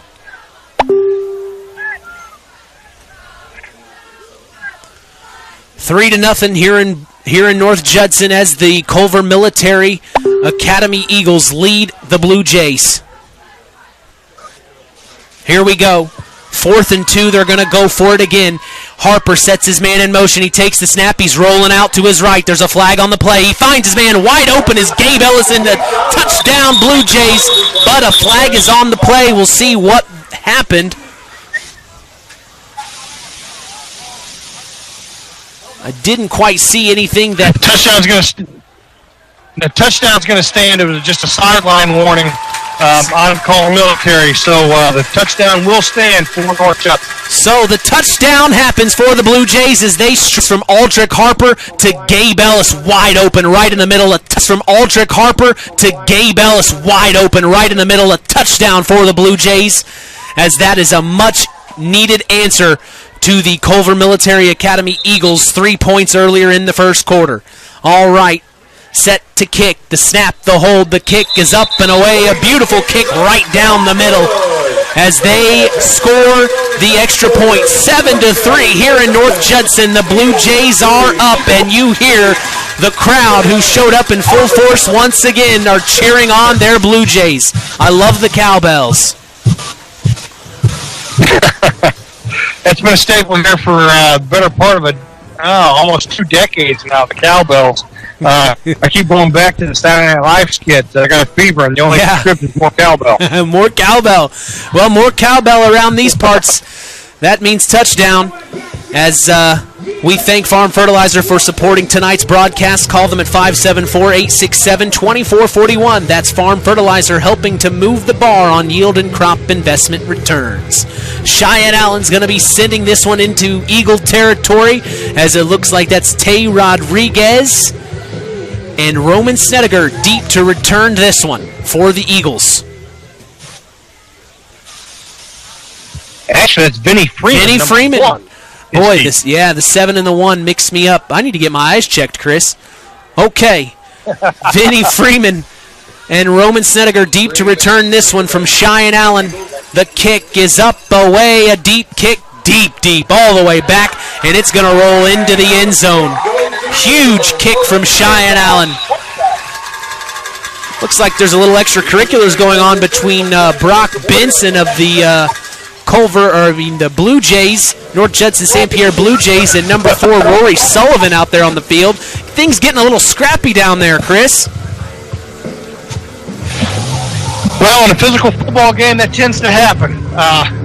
So look for more of that to take place here as this game gets further along. Okay, here come the Culver Eagles. 1st and 10, ball on their own 20. McColgan takes the snap, he hands off. Looks like that's Tay Rodriguez again on the right side. He's trying to get some, but there's 3 Blue Jays all over him. One of them was number 5, Nathan Zander, number 5, Josiah McDaniel, the sophomore. Big stop by him. We've called his name several times on offense and defense now. Yeah, right now, North Judson's starting to feel a little bit more comfortable in this run game, forcing Tay Rodriguez to bounce that outside, and he had nowhere to go. Lost 3 yards on that play. 2nd and 13. McColgan takes the snap. He's looking to throw. Intercepted by Quentin Frazier. Big pick for him. He's going to take it all the way to the house. Pick 6 for the Blue Jays. Touchdown, Quentin Frazier. The Blue Jays are making things happen. 13-3 here in the second quarter. Yeah, pressure there by North Judson. I tell you what, Quentin Frazier doing a good job of dropping his hook, and the pressure forced McLaughlin to throw that ball before he wanted to, and Frazier just right in the right spot.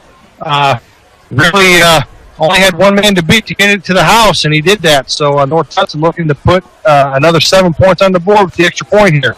The snap, the hold, and the kick is no good, as it looked like a couple Eagles were coming around the corner real fast. The kick was up and away, but it is no good, as it is 13-3, a 10-point lead here in North Judson. Things turned around fast here, very fast, Chris. Yeah, they did. Great execution there in the defensive game plan for North Judson. You'd like to see that extra point made there, but the snap looked to be a little low and a little bit behind the holder. Did a good job of getting it on the tee, but when the timing's messed up, there's not much you can do as the kicker. So, again, North Judson taking a 10-point lead, a 2-possession lead here against this very good Culver military football team. All right. Unbelievable here. I tell you what, down here on the field, I got to give a shout-out to the music guy up there because they're playing some good music, man. I actually heard some Rage Against the Machine earlier, little Bulls on Parade, so that got my juices flowing. Yeah, I'm looking at it right now. It looks like they've got their own Spotify playlist put together, Chris. It's quite a good playlist. You're exactly right. They've labeled it Football Playlist, so you'll have to get up here and maybe snag some songs off the playlist a little bit later. Getting your juices flowing down there on the field. The Cheyenne Allen set to kick this one away. A deep kick again. And it looks like this is going to be Roman Snedeker to return from the 10-yard line. He gets it back up to about the 24. Big hit. And that's the kicker himself. Cheyenne Allen ran all the way down. And my gosh. Boy. Late flag. I think the officials trying to going to take control of this before things get out of hand. So looked like some extracurricular. I didn't see it, but that's what it's leaning towards. But yeah, that was Trey McGowan and Cheyenne Allen meeting at the ball carrier there for the stop. Yeah. Well, and we talked in the pregame about this Culver Academy Eagles team. Even though they're 1-4, they've been battle tested. They played Indianapolis Tech in Week 1, Mishawaka Marion in Week 2, Hanover Central Week 3, Hobart Week 4, and Brebeuf Jesuit Week 5. So this team has been battle tested. They're going to give everything they can to the Blue Jays, but the Blue Jays are going to make sure that their voice is heard tonight.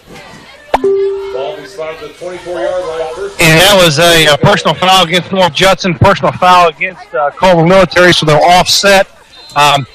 So it'll be Culver Military ball on the 23. All right, McColgan takes the snap. He's looking to throw again. He gets his man. That's number 40, Kyle Eggbrotten. And it looks like that was number 32 on the tackle for the Blue Jays. Sam Hollum may have a yard or two on the carry, or on the throw, excuse me. No, it's not. He didn't gain anything. Yeah. No, he did. Yeah, he got 3 yards. Pick up about 3 there. Well, my depth perception's been off today. As I just am second-guessing myself here. 2nd and 7, ball on their own 27-yard line, 8:40 to go here in the second quarter. McColgan from shotgun takes a snap, fake, hands off, finds his man to the left side, and it almost was intercepted again by Frazier.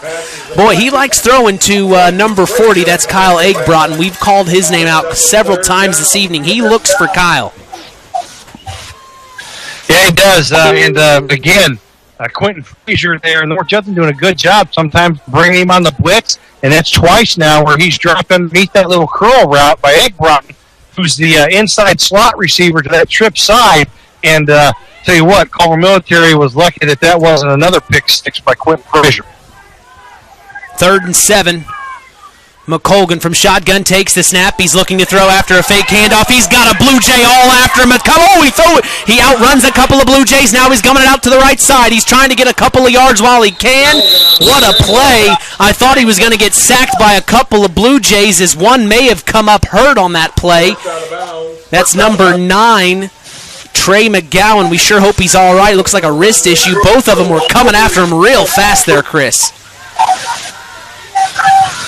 Yeah, had a chance to make the play there in the backfield, and he's holding his right wrist there. So it's going to be 4th and 2 here, and Culver Military bringing out the punting unit. If you're North Judson, you got to be careful. Make sure play a safe return. Make sure this is actually punted away. So on 4th down, the Eagles are going to punt. No, they're going to fake punt. He's going to run it himself. That's number 40. He's going to get the first down and more. They did not see it coming at all. That's Kyle Eggbrotten, and we've said his name a couple of times now. A fake punt. We did not see that coming. And Coach Lambert is not happy on the sideline. Well, I wouldn't be happy either. That happened to me. I would be furious. You've got to keep an eye on that. Fake plays are just part of the game, and that is unfortunate. The Blue Jays didn't see that coming as the Eagles find new life here. 1st and 10, ball on their own 44 with 8 minutes to go here in the second quarter. McColgan from shotgun. Has his men in set. Oh, I don't know what's going on. Takes the snap. He throws out to the right. That's number 3, Roman Snedeker. And he's going to get maybe 5 on the carry before he's tackled by a Blue Jay. That's number 5, Josiah McDaniel. Yeah, picked up about 6 on the play there. Trey McGowan didn't break down there and make the play, but the one thing he did do was he forced it back inside where all of his help was coming from the inside out. So, negated an even bigger play if he would have let him get break contain there and get to the outside. 2nd and 4. Here come the Eagles from shotgun. McColgan takes the snap. He hands off up the middle, a rare occasion, and they don't get anything. Tackled by 2 Blue Jays. Oh, looks like that was number 22, Connor Benson, on the play. He's got the ball in his hands. He's wondering why isn't it Blue Jay ball? But they are spotting it down as the Eagles will be 3rd down. Yeah, the ball came out late there, but it did come out late. But, the officials doing a very good job. His knees were down, and it's going to be third and a short 5 here for the Eagles. 6:45 to go here in the second quarter. McColgan from shotgun takes the snap. He's throwing it again. 4 Blue Jays after him. A little screen pass up to number 7. That's Tay Rodriguez, who's going to get the first down and knocked out in Blue Jay territory at about the 42-yard line. A very good play call there by the Eagles with the middle screen. And I tell you what, North Judson very fortunate there that play did not go to the house. I want to give a big shout-out to our in-game announcer, John Thompson, down in Ellenton, Florida, tuning in on IHSAATV.org. We so appreciate you tuning in and being able to watch the game at the same time, John. Thanks for everything. All right, 1st and 10, ball on the 42-yard line in Blue Jay territory. McColgan from shotgun takes the snap. He's throwing it once again. He's going to throw it away as the Blue Jays are getting to the pocket very fast.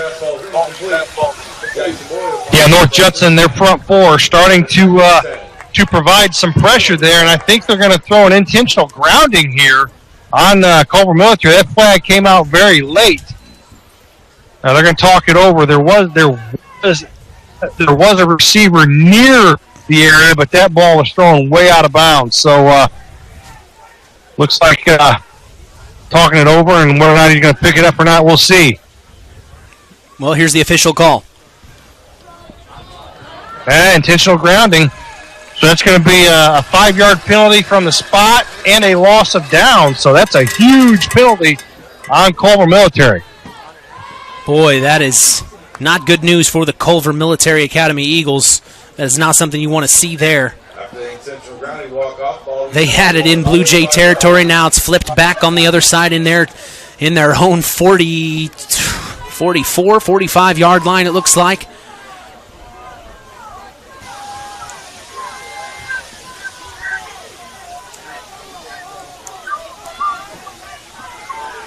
As it looks like there's still some miscommunication going on between the referees, the officials right now. Still not quite sure. I think they're trying to.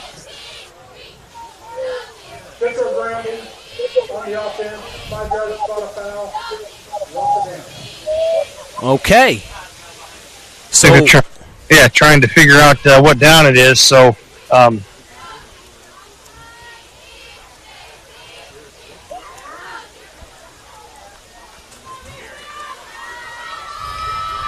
think we're all right. The official has blown it in, so we're ready to play some football. Here we go. Finally, back to action here at Liberty Field as McColgan takes the snap from shotgun. He throws out to who else? Kyle Egg-Broughton, who's going to inch himself into Blue Jay territory at about the 45-yard line.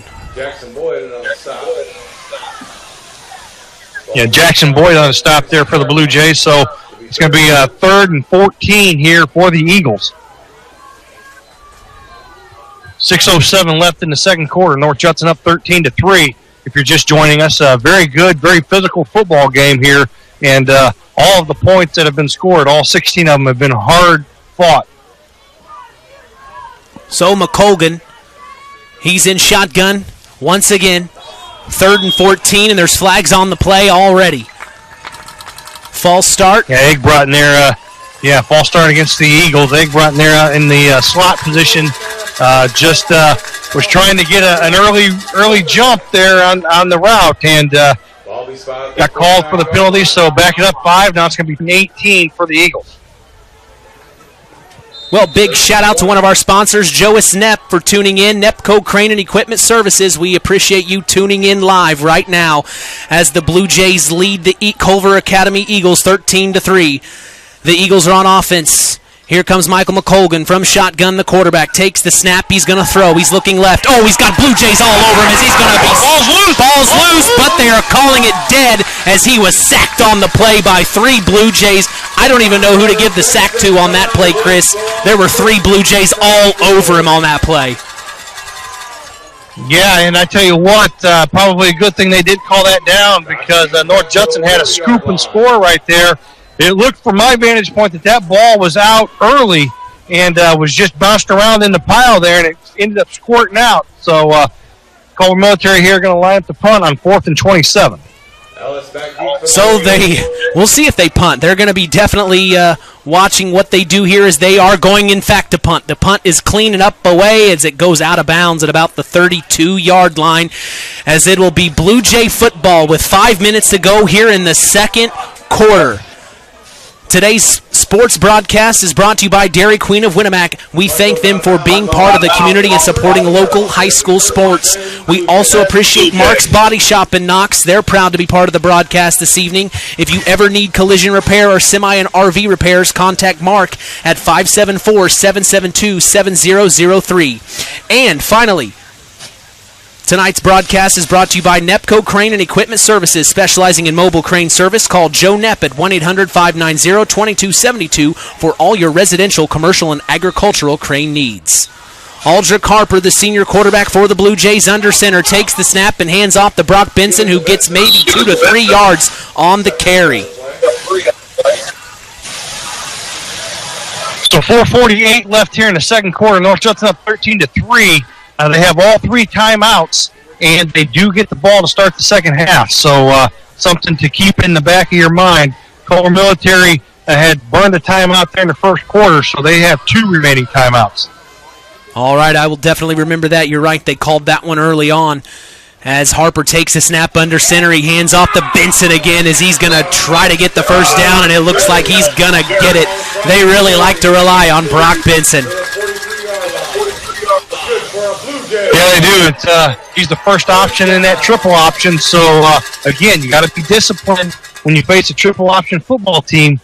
And you got to do your job right. You got to do it right every single time, or that's what happens. You get gashed there by the fullback. 1st and 10 for the Blue Jays. Ball on their own 43-yard line. Coming up on 4 minutes to go here in the second quarter. Harper under center takes the snap. Might as well hand it off to Brock Benson, who's going to get another first down. My goodness. Brock Benson putting on quite the show. The penalty flag there in the middle of the field, so have to see whether or not this play stands. Oh, dear. I don't know how I missed that. It was such a good play, too. We'll find out. They sure are taking their time making their decisions this evening. Oh, chop block on the offense. Yeah. My goodness. So another good play is taken back from the Blue Jays, as they had another one earlier, the same situation. My goodness. Well, they trot up to the line here, 1st and 10, ball on their own 28-yard line. I guess on the bright side of things, they get a fresh set of downs. Harper takes the snap. He hands off immediately to Benson, who falls down. It looks like a Eagle may have tripped up on the play there.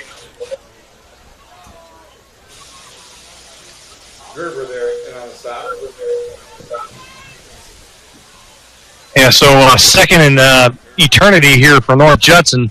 Not very many plays in the playbook for second and about 30. So 3:25 left in the second quarter. Again, North Judson with a 10-point lead. All 3 timeouts. Look for maybe Culver Military. North Judson runs the ball here to burn a second timeout. Harper from shotgun takes the snap. He's looking to throw. He's got an Eagle coming after him. There's another Eagle that's trying to sack him. The throw was almost completed, but it was incomplete. Boy, the Eagles were coming after him on that play. And so now what that passing play allows Culver Military to do is to save that timeout and not have to burn their second one. So, again, 3rd and 25, I think if you're North Judson, I think maybe you run the ball twice on 2nd and 25, run it again on 3rd down, make CMA burn both those timeouts. But that's why I'm calling the game from the sideline as an analyst and not coaching anymore. Well, don't count your chickens before they hatch, Chris. All right. Flags on the play already. Boy, we just can't get through this half. I don't even know what this one... What are they saying? Delay game. Delay game, 5-yard penalty. Jeez. I have a score update here. In the third quarter, Triton 7, Pioneer 6. Oh. Well, a barn burner heading on there. That sounds like a really good game. All right. Harper from shotgun takes the snap. He's going to hand off to, looks like Cheyenne Allen, who's coming full force. He is still running as he gets it to about the 43-yard line. That was 3rd and 28, as it'll be 4th down now, but a heck of a run by Cheyenne Allen. Well, I guess if it's 3rd and 28 or 2nd and 25, I guess you don't. All you got to do is you give the ball to Cheyenne, and you always have a chance to get that first down. Well, we saw a play a week or two ago. Aldrich Harper, he ran a 25-yard 3rd down to get the first down, so you can't count them out as there is another flag on the play now.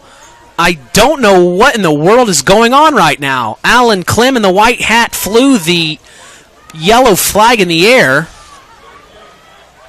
He thought there were 12 guys in the huddle, so just miscalculated there. And you can see him taking his finger and actually counting the helmets. And then he looks over at the North Judson-San Pierre sideline and hits himself on the chest and says, "My bad," and picked up the flag and waved it off. Well, officials are human as well, and not everybody can be perfect, as he wanted to make sure all 11 guys were on the field for each team.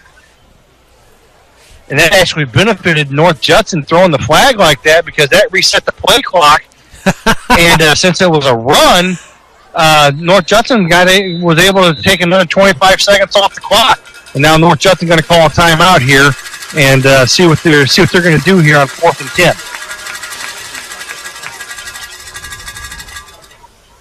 Well, today's broadcast is brought to you in part by Culver Portside Marina. They can make sure your boat is ready for the winter. If you need help storing or winterizing your watercraft, contact Glenn Bailey at 574-842-5000. Chris, with 2 minutes to go here in the half, what are you thinking the Blue Jays are going to do? My guess is, with it being in their own territory on the 43-yard line, I would punt it away and force Culver Military to go into the 2-minute offense. But you never know. North Judson may have a little trick up their sleeve and try to return the favor with a fake punt.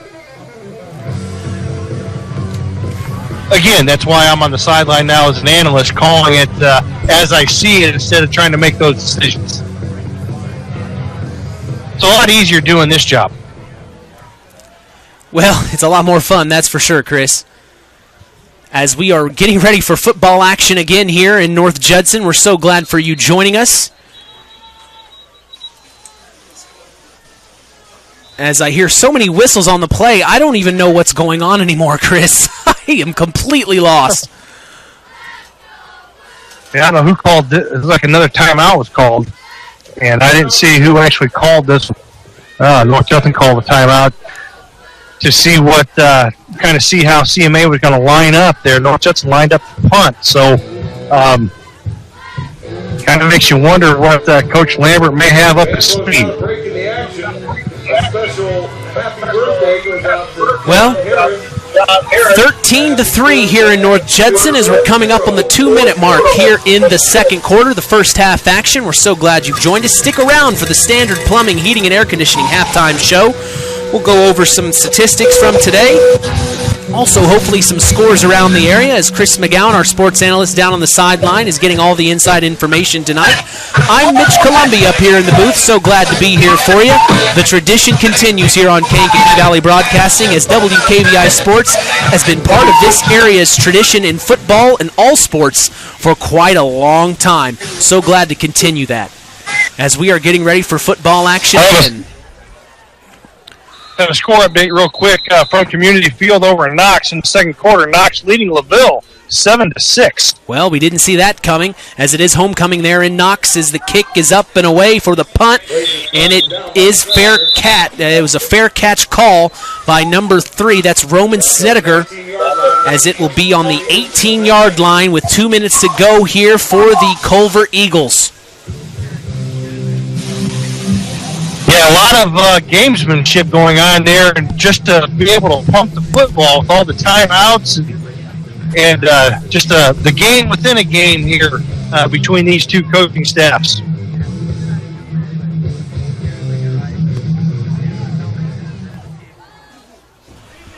All right, the Eagles 1st and 10, ball on their 19-yard line, as it'll be 2 minutes to go here in the second quarter. Michael McColgan sets his man in motion. He takes the snap. He hands off. That's number 3, Roman Snedeker, who's going to cut back up and try to get a couple of yards before a couple of Blue Jays tackle him down at about the 20.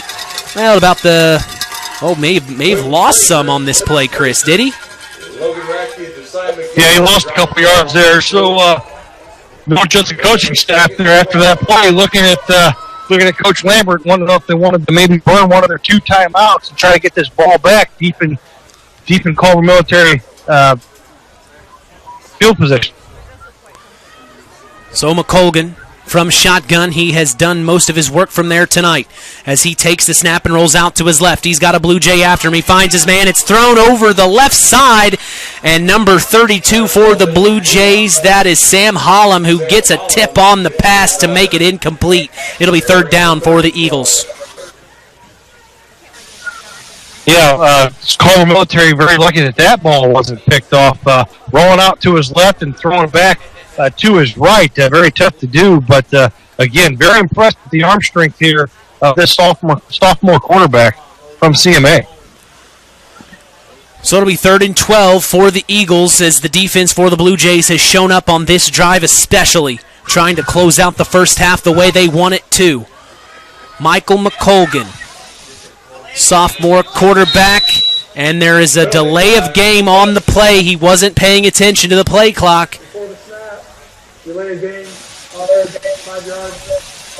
Well, that's unfortunate for Culver.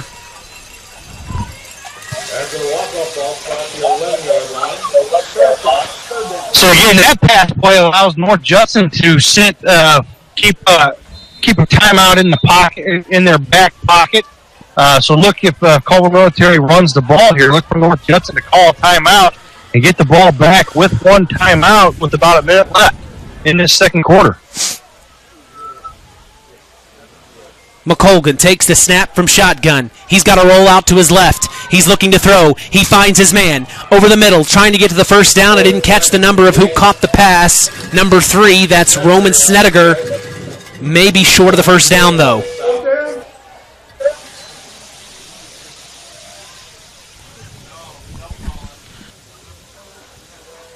It's going to be 4th and 1 here for the Academy Eagles. Big 4th down.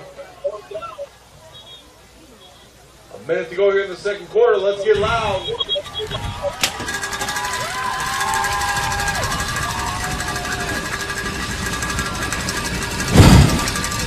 All right, McColgan takes the snap. He flicks it out to the right side. They're trying to get the first down. He's going to get it in more. That looks like it's number 7, Tay Rodriguez, who's going to get the first down and roll it right up to the 48-yard line before the Blue Jays get him down. That stops the clock for now at 44.6 seconds.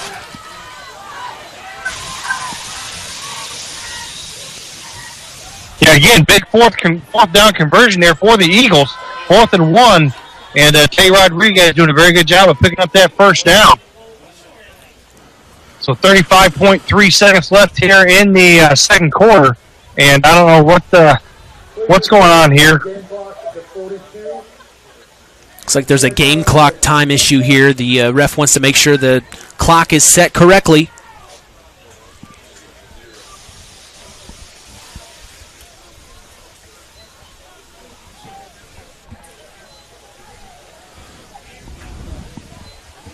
Well, I don't see you, Chris. Where are you down there? I'm down underneath the goal post on the north end. Oh, there you are. Making my way over to the Culver Military sideline. We're going to get a word with Coach Durrell at halftime here. All right, I'll be standing by for that as McColgan takes the snap from shotgun. He fires over to his left side. It was complete to Roman Snedeker, but he dropped the ball after completion, and he pounces on it before Blue Jays have a chance. Clock continues to run here. 30 seconds to go in the second quarter. The first half is coming to a close. 13-3. The Eagles are down. McColgan takes the snap. He fires over the left side. It was tipped by the player it was supposed to go to, and it falls into the hands of another Eagle who takes it down and gets a touchdown for the Culver Military Academy Eagles. They're back in the game. Wow. How do you describe that play? He threw it to his intended target. It was tipped up in the air, and then another Eagle just happened to be there to catch the ball out of thin air and run it to the touchdown. Huge touchdown for the Eagles to end the first half. Yeah, just sometimes it's better to be lucky than good. Again, that ball is intended for the slot receiver, and it went through his hands. He knocked it over the defender, and the CMA receiver on the outside just caught it and had nothing but green grass in front of him. And the extra point is up and away and good as they pull themselves within 3 points to end the first half with 18 seconds to go. The Blue Jays lead 13-10. A quick change of events here in North Judson. Again, North Judson, they get the ball to start the second half. Got 18.2 seconds left, up 3 points. So, again, Culver Military gets right back into the game with a big play offensively. Well, a lot of things have happened here in the last 90 seconds. It's kind of hard to digest and come up with the words to describe to say, but this game has every bit of the excitement we were thinking it would have, Chris. Boy, this is a good end to the first half. Yeah, two well-coached football teams and two storied programs, that's for sure. Let's tease it up for the Eagles. Cheyenne Allen back deep for the Jays. All right, Garza set to do the kicking duties for the Eagles. And he's up.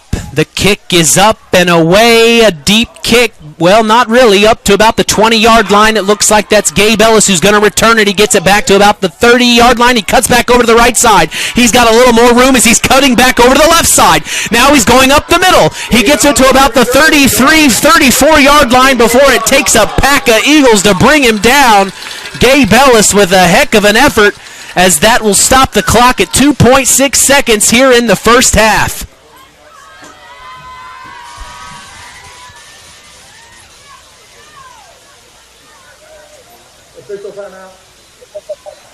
So one of two things are going to happen here. North Judson will either take a knee and get to halftime, or they're going to run a toss to Cheyenne Allen and see if he can't break one here right before halftime.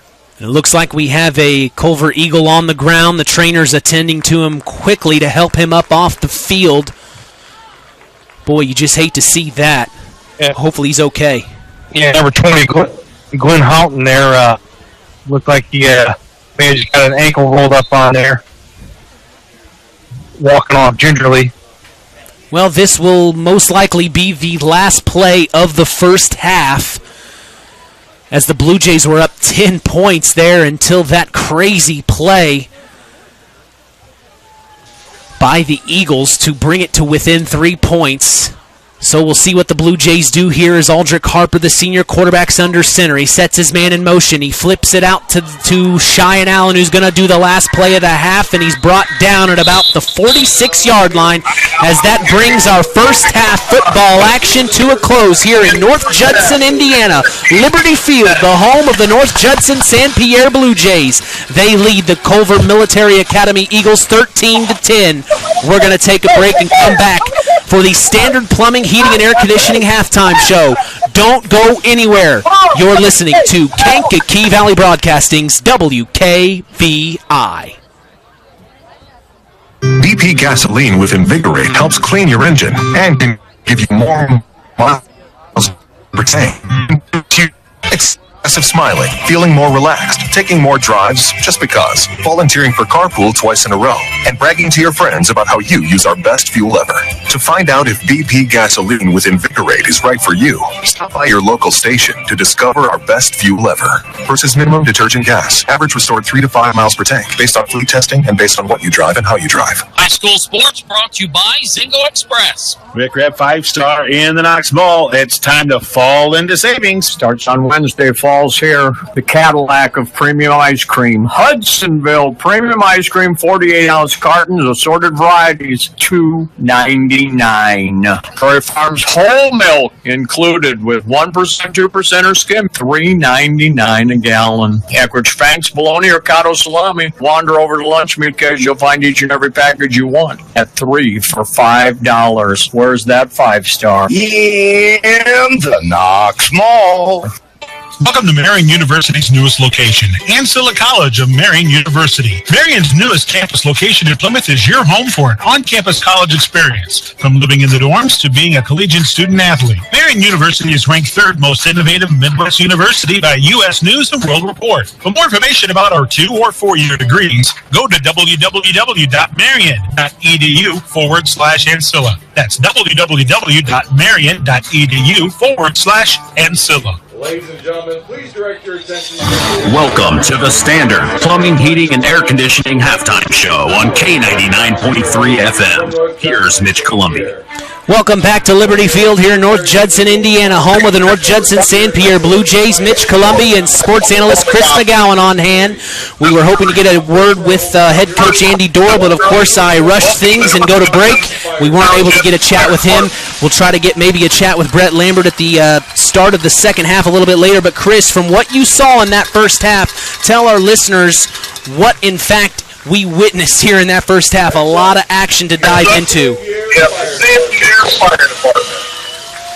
Yeah, just two well-coached football teams, like we said there in that first half. And, CMA had that big play there to end the first half offensively. Just a deflected pass and ended up in the receiver's hands, the outside receiver's hands, and had nobody but green grass in front of him, and was able to take it to the house. So, North Judson was up 13-3 at that point. CMA was able to kick the extra point, and it's now a 3-point game here at halftime. Well, it looks like they're acknowledging their heroes here in town. It looks like we have the fire station, the police station, as well as other hometown heroes on hand, as tonight is Hometown Heroes Night, as they are celebrating all of our hometown heroes, quite frankly. Anyone that has served, a veteran, someone on the fire department, police department, they are honoring their hometown heroes tonight here in North Judson. A good showing. Looks like the police force is out there with their K-9 unit. And what a nice showing here in North Judson, as we're so happy to be a part of the halftime show. This is the Standard Plumbing, Heating, and Air Conditioning halftime show. Chris, if you're the Culver Military Academy Eagles, what do you think you would say if you were Andy Dorrell to your players right now, down by 3 heading into the second half? Well, on my way over here, he was really excited talking to his kids before they went off to make their adjustments at halftime. I think if you'd have told him, hey, it's going to be 13-10 at halftime, you're only going to be down 3, I think he would have taken it. But again, you got to feel very confident, with what happened there to end the first half, being able to score that touchdown and get back into this game.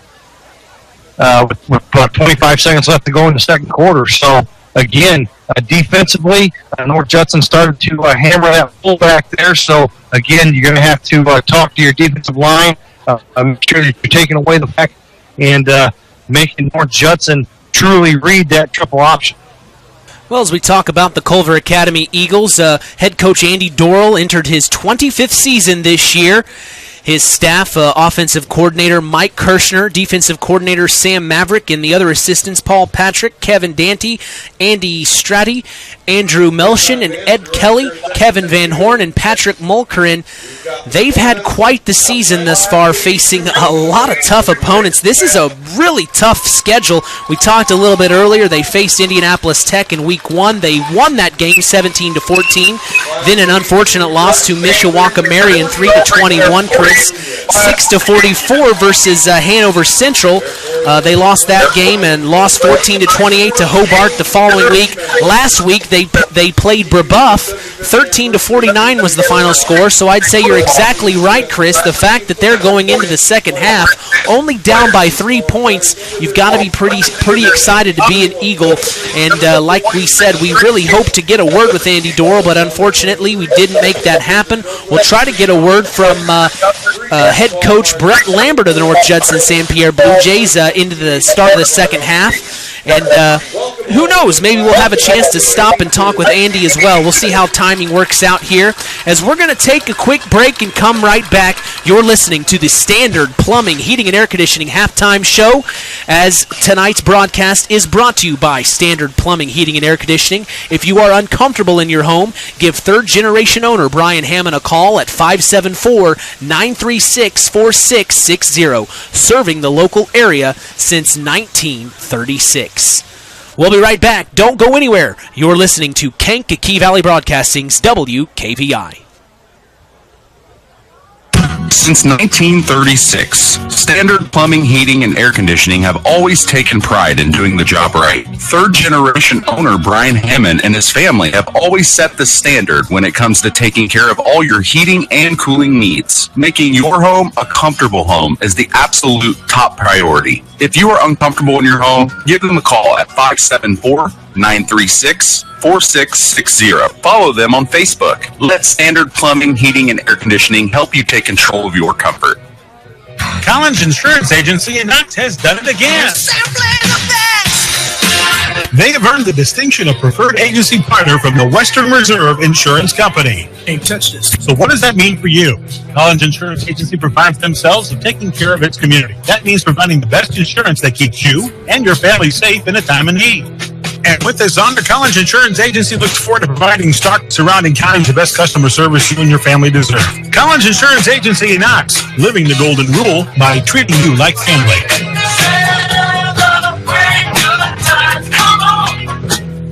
And we're back here at Liberty Field in North Judson, Indiana, as the Blue Jays lead the Culver Military Academy Eagles 13-10 as 8 minutes are clocking down here at the halftime break. It's Hometown Heroes Night here in North Judson as we celebrate our hometown heroes, whether they be in the police force, the fire brigade. I don't know what is that, Chris? Are they called the fire brigade, a fire station? I guess you would call them. And I didn't see the other. Well, they had basically the EMTs, they had the firemen, and the police force out here, and then they just honored the class of 1982 back in town, celebrating the 40th anniversary of graduation. Wow, so it's the 40th anniversary of the graduates of 1982 from North Judson-San Pierre here, as we are so glad they're on hand and hope they're tuning in on their way home to listen to our post-game show. I'm Mitch Columbi, along with sports analyst Chris McGowan. We're so happy to be here. We talked a little bit earlier about that Pioneer, and I believe you said that was Pioneer and who were they playing, Chris? Say it again, you broke up on me there. Yeah, I said we were talking a little bit earlier about Pioneer and who they were playing. It was a tough game. I forget who you said they were matching up with tonight. Triton. Triton, I have yes. an update in the third quarter. Yeah, it's Triton 21, Pioneer 6. Interesting. And then the Knox Redskins, it's their homecoming tonight. They're in Knox. They are hosting the LaVille Lancers, who we keep hearing through the grapevine how big this LaVille Lancer team is. We keep being told that them and the North Judson-San Pierre Blue Jays might be the two teams later on in the season. But earlier, the way you had talked, Chris, the Knox Redskins were leading that game. Yeah, the last score I've got, and it's actually at halftime now. The Knox Redskins up 7-6 versus the LaVille Lancers. So a big-time showing from them. They're coming off that win last week against John Glenn. They're turning things around here as they are up 7-6 over the LaVille Lancers. A little surprising, but we're very happy for the Knox Redskins. I'm sure Nathan Welter is doing a fine job for their PA announcing, getting them riled up there in Knox. Boy, it's such a great atmosphere between here in North Judson and Knox. You just don't get a better football atmosphere here in Indiana than right here in Stark County. Well, we're going to take one more final break and come back and get ready for the start of the second half. Don't go anywhere. You're listening to sports analyst Chris McGowan and Mitch Columbi on Kankakee Valley Broadcasting's WKVI. Stay tuned for more in-game action with Mitch Columbi and Chris McGowan on Kankakee Valley Broadcasting's WKVI. Culver's Portside Marina handles all water recreational needs. When it comes to pontoons, Godfrey leads the industry in performance and quality, and Portside Marina has it in stock from sampan, aqua patio, and sweetwater pontoons. If you're looking for a family boat, Culver Portside Marina can help. Located at 514 West Mill Street in Culver. Stop in or call them at 842-5000. Culver Portside Marina. Drive will be in the third quarter. And we're back here at Liberty Field in North Judson, Indiana, as the North Judson-San Pierre Blue Jays lead the Culver Military Academy Eagles 13-10. Just under 5 minutes to go here in the halftime break. We talked about the Knox Redskins taking on the LaVille Lancers for Knox's homecoming tonight. They're leading the LaVille Lancers 7-6 right now. The LaVille Lancers are no joke from what we keep being told, so we'll keep an eye on that Knox game, as that is a huge game for them tonight if they were to pull that one out. And then Pioneer and Triton, as they are coming down to the wire there. Boy, I did not see Pioneer falling that far behind, but Triton's quite the team. I think we will actually be seeing Triton later this season, I believe, Chris. I'm not sure, though. Let me double-check the schedule. Nope, that's Pioneer. I always get Pioneer and Triton mixed up. We will actually be at the Pioneer-North Judson game on October 14th here in North Judson. We're looking forward to that game. As also next week, we will be back in Winamac for the West Central Trojans. Mark Hall and his Trojans doing a heck of a job this season. His first winning season in a long time. The Winamac Warriors hoping to turn things around this week. We'll see them again next week, as we're very excited for our game of the week. as we'll go ahead and bring in our sports analyst down on the sidelines, getting all the inside information, is Chris McGowan. I see him standing there at the 42-yard line, the place where he picked someone off in 1992 and took it back to the house. Isn't that right, Chris? That happened at Winamac. Oh, at Winamac. I'm sorry. I've had some pretty good moments on this field as well, but again, yeah, just scrolling through my phone here trying to get some score updates. West Central, South Newton, they had to make the long trip down to South Newton. West Central did. It just says in progress, no score update yet there.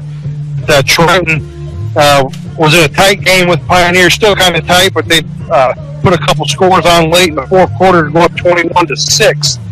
Knoxed up at halftime 7-6 on LaVille. I'm looking for a Winamac Culver score. I haven't seen that yet come across my phone. So, again, a lot of good action here in the area. And boy, I'll tell you what, if Knox could hold on and knock off that LaVille team, that would be very impressive. Well, I want to give a big shout-out to my good friend Justin Schroeder, who's tuning in from St. Paul, Indiana. That's Central Indiana on WKVI.com, streaming throughout the world online. We appreciate you tuning in, J-Man. Thanks a lot. As this is the Standard Plumbing, Heating, and Air Conditioning halftime show, and we thank Patrick Auto Group for supporting local high school sports tonight. Located in Knox on US 35, call 574-772-7272. That's Patrick Auto Group. Tonight's game is also brought to you in part by Lawrence Farms. We thank Todd Lawrence for supporting local high school sports. Well, as we see the Eagles enter the field, I think Chris is going to try to get a word with head coach Andy Dorrell. We'll give him his chance to walk over there and talk to head coach Andy Dorrell of the Culver Military Academy Eagles, as here we are. Down on the sidelines with head coach of the Culver Eagles is Chris McGowan with Andy Dorrell. All right, Coach, you're going to get back into it with that big play there in the second quarter. What adjustments are you going to make here offensively to get your team over the hump? We're just going to quit making mistakes ourselves. I mean, that's where we're at right now. We got behind the chains a little bit on some penalties, and we threw a pick six, and that's the difference in the ball game right now. So we can eliminate our mistakes and play a little cleaner football. I really like where we're going to go in the second half. Yeah, I really liked your enthusiasm there at halftime with your kids. You come in, 1-4, but again, it's not normal for CMA because you don't get a normal summer like most high school programs. You don't get to see your kids till August 3rd, and it's about this time where you guys really start to pick it up. Well, I hope we do the next two quarters here. Right. Yeah, we're looking forward to the opportunity to compete against a great football program. All right, thank you, Coach. Good luck in the second half. All right, that was Chris McGowan with head coach of the Culver Military Academy Eagles, Andy Dorrell, in his 25th season, as they had a heck of a good play there at the end of the first half to bring this game within 3 points, as we see sports analyst Chris McGowan jogging down the sideline, his old home stadium sideline, as he's hoping to get a word with head coach Brett Lambert of the North Judson-San Pierre Blue Jays, as here we are. Down on the sidelines. We're hoping he has a quick minute, and he does. Down on the sidelines with Chris McGowan. Here's head coach of the Blue Jays, Brett Lambert. Chris. All right, Coach. Up 13-3. Under a minute to go there in the second quarter. You give up kind of the fluke play there. Sometimes it's better to be lucky than good. How do your kids respond? We're going to be fine. I mean, yeah, that was a fluke play. They got lucky. We kind of defensively done very well against them, but, they caught a break. But, we returned their interception for a touchdown ourselves. I guess we'll call it even. But we get the ball first here in the second half. The plan is take it down the field, show a little bit of authority, and maybe have a little bit more discipline here for our team. All right, Coach, good luck in the second half. Well, we appreciate you getting that inside access, Chris. We weren't able to talk to Andy Dorrell at the beginning of the halftime, but we got both coaches in. We're excited. All access, unlike ever before, down on the field here on Kankakee Valley Broadcasting's WKVI. I'm Mitch Columbi. We're so glad to continue the tradition here at Kankakee Valley Broadcasting, as for the last 57 years you've experienced sports broadcasting greatness. For that, we tip our hat and thank Harold Welter for his dedication and service to local high school sports. It's not easy to follow a legend like that, and I'm so glad to have the support from guys like Chris McGowan down on the sidelines and Nathan Welter when he shows up, our special guest. I surely appreciate that. I do have something interesting for you, though, tonight, Chris. I wanted to share this with you. I thought you might find this interesting. Harold Welter, since he's retired now, he was asked to join broadcastsport.net tonight to be the color commentator for their game. I was told what game they were covering, but I can't remember right offhand. I'm trying to go through my text messages, but Harold Welter is on the air tonight at broadcastsport.net, broadcasting as the color commentator online. That should be a good game to tune in and hear Harold. We wish him well. We're hoping he's doing well tonight, as he has more time than he's ever experienced in the last 57 years. So quite an amazing run he had, but you just can't take the broadcasting out of a broadcaster, Chris. No, when you're a legend like that and you've done it as long as he has, I tell you what, it would be kind of interesting to know. I may have to send him a message here in a little bit and ask him what he actually did his first Friday night off. So I have that answer for you. He actually took his wife to South Bend. They went to a very fancy restaurant. I actually looked it up. It's a very, very fine dining restaurant, and they enjoyed their first evening available on a Friday evening, and I didn't even ask him how long. I don't even know if he's ever had available Friday evening during the school year other than summer. So I'm sure that was a wonderful evening for him and his wife. And, he still comes to the station. I talked to him today. He still does our Where Are They Now segment for our Saturday Sportsline show. And he's still very much involved. He is still very much leading the charge and helping me get through this transition. We're only in week 6. This is my 6th game of my career doing play-by-play for football. I'm a basketball player myself.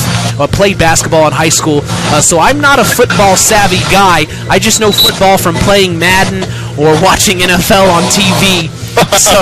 So this is for 6 games in. I've had the help from people like yourselves and Harold Welter and Nathan Welter. It's just been a fantastic transition, and I'm so glad to be a part of this tradition as we are getting set for second half action as the Culver Military Academy Eagles will be kicking away to the Blue Jays, the North Judson-San Pierre Blue Jays, and you see Cheyenne Allen out there deep to return as we are set for second half football action. Have a score update in the fourth quarter. Triton now leading Pioneer 21-12. Wow.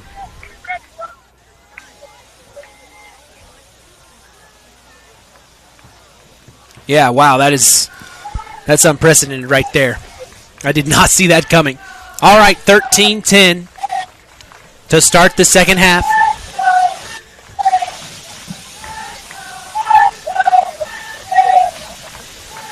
And the ref gives the ball to the Eagles kicker, which of course is Ricky Garza, the senior.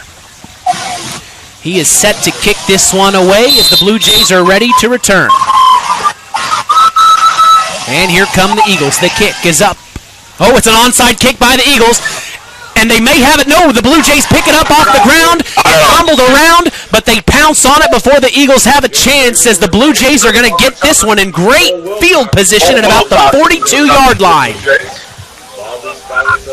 Yeah, standing down here on the sideline, the onside kick. I hear Coach Hampton, who coaches the special teams for North Judson, goes, I called that. And so North Judson there are very, very lucky to get on that ball. So we're going to start with excellent field position on their own 41-yard line to start the second half. Well, a little trickeration there, as Nathan Welter would call it. I didn't see that onside kick coming. They faked a punt. Now they've onside kicked. Here's Harper. He hands off up the middle as he takes the snap under center. It looks like that's Cheyenne Allen, who's still on his feet, and he gets to about the 47-yard line before he's brought down by a couple of Eagles. Yeah, pick up about 6 or 7 yards there. Just kept those legs churning, and very good run there on first down. A little different look from the North Judson flex bone, and just running an ISO there, timing up that handoff to Cheyenne Allen. Harper under center, 2nd and 4, ball on their own 47-yard line. He sets his man in motion. That's Gabe Ellis. He takes the snap. Now he tosses it out to Gabe Ellis, who's going to run on the right side. He's got the first down and more. Now he's over to the 36-yard line before he's brought down in Culver territory. A huge play by Gabe Ellis.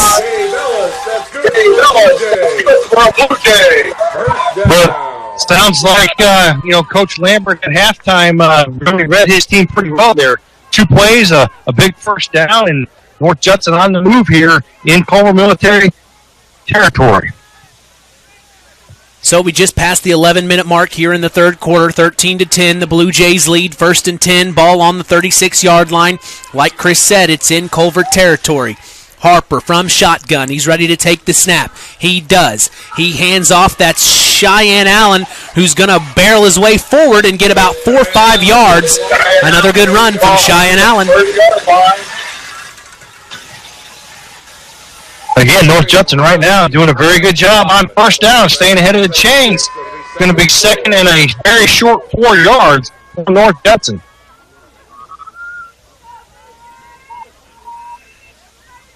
So it'll be 2nd and 3 as Harper breaks the huddle. He's done a good job under pressure tonight, Aldrich Harper, the senior, as he's in shotgun. Takes the snap, hands off again. This is Brock Benson this time as he gets forward. Now he's running along the left sideline. He's going to get the first down and more before he's knocked out of bounds at about the 11-yard line. Brock Benson with the answer.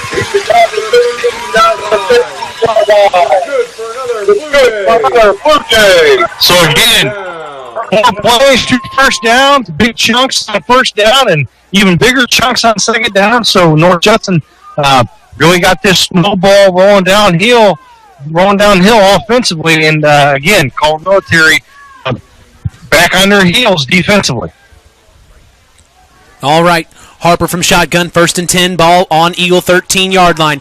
He takes the snap, he hands off the left side. It's going to be a big touchdown from Cheyenne Allen. Another one to add to the books. The Blue Jays are on the board first here in the second half as they score. It's 19-10 here at Liberty Field. And Coach Lambert called it. You can take the ball down the field and punch one in with some authority here. So 5 plays in North Judson on the board, looking to take a 10-point lead here in the third quarter. Well, whatever was said at that halftime break really got across to the players as the snap, the hold, the kick is up and away and good. The extra point makes it 20-10 here in North Judson as Brett Lambert is out there excited and getting his team riled up and patting each one of them on the head. He is very happy with his Blue Jays right now.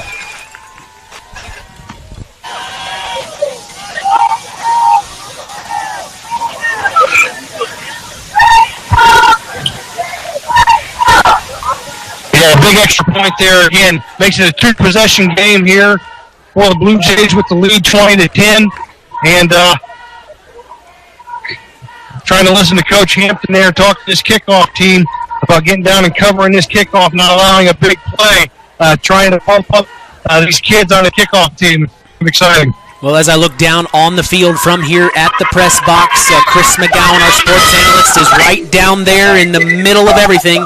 He is right behind the Blue Jays bench as he is hearing all the inside information as they are getting ready, set to kick it away to Culver Academy.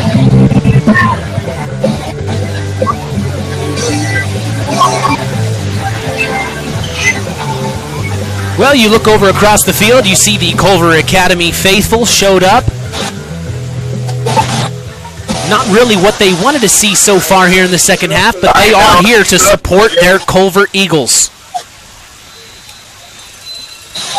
All right, Cheyenne Allen, the kick. Oh, it's an onside kick. They're going to try it themselves. As number 4, Rory Sullivan, pounces on it. Cheyenne Allen tried to get it himself. But the Eagles are going to keep it, a little tit for tat on that. Brett Lambert saying, I can do things too.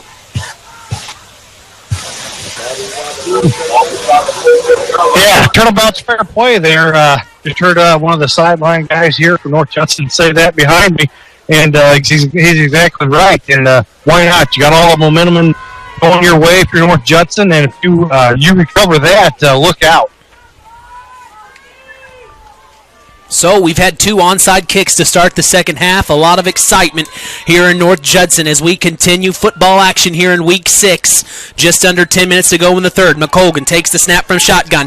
He's looking to throw a deep throw over to the right side. It's going to be intercepted by number 7, Cole Wilcox. He's bringing it back to the 50-yard line. Now he cuts back to the 40, 35-30, 25-20, 15-10. Oh, he tackled the fumble on the play as he's tackled I don't know what they will call. The Eagles recovered on the 1-yard line as Colt Wilcox was tackled at about the 10-yard line and the ball came out.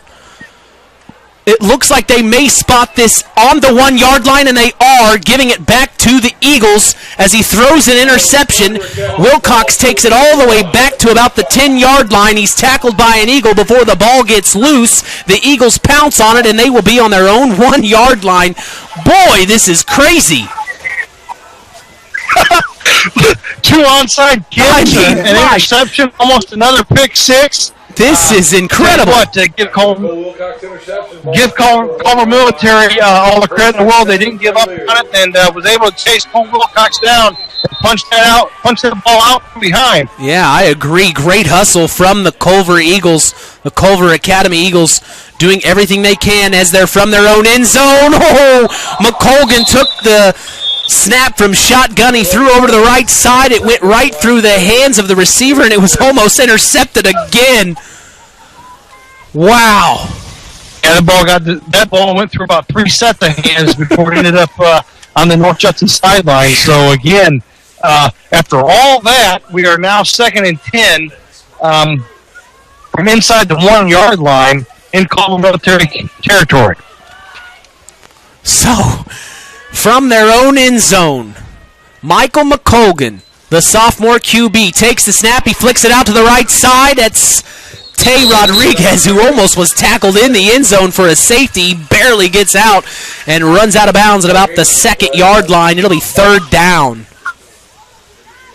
Yeah, Connor Benson and Trey McGowan there almost had a safety for North Judson, so picked up a yard there, a very tough yard for the Eagles. So 3rd and 9 from the 2, just inside the 2-yard line, deep in their own territory.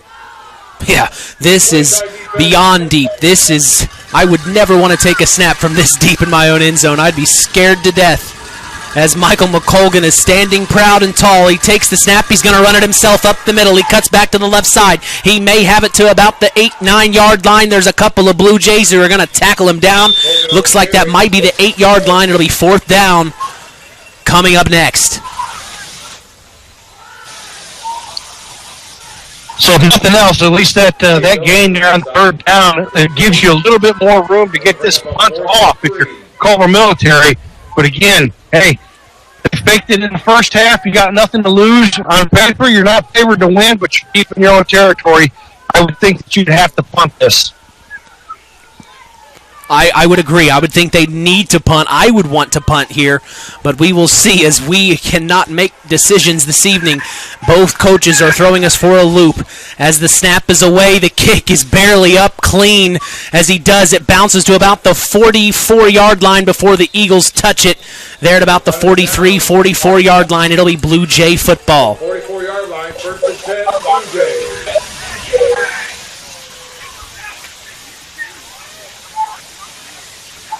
A lot of excitement that's happened here in the last few minutes.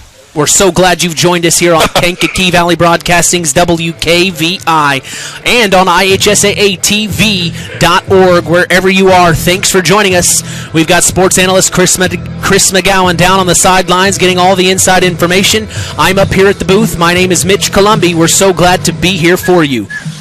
20-10 here in the 3rd quarter, coming up on 8 minutes to go. 1st and 10 for the Blue Jays. Aldrich Harper, the senior quarterback from shotgun, takes the snap. He hands off to Brock Benson again. They've had luck with him as he's brought down by number 50 for the Eagles. That was Ricky Garza, right at about the 41-yard line in Eagle territory. Yeah, it's been a heavy dose of Brock Benson, Cheyenne Allen, sprinkling in a little Gabe Ellis. Some thunder and lightning there for Judson-San Pierre Blue Jays on off.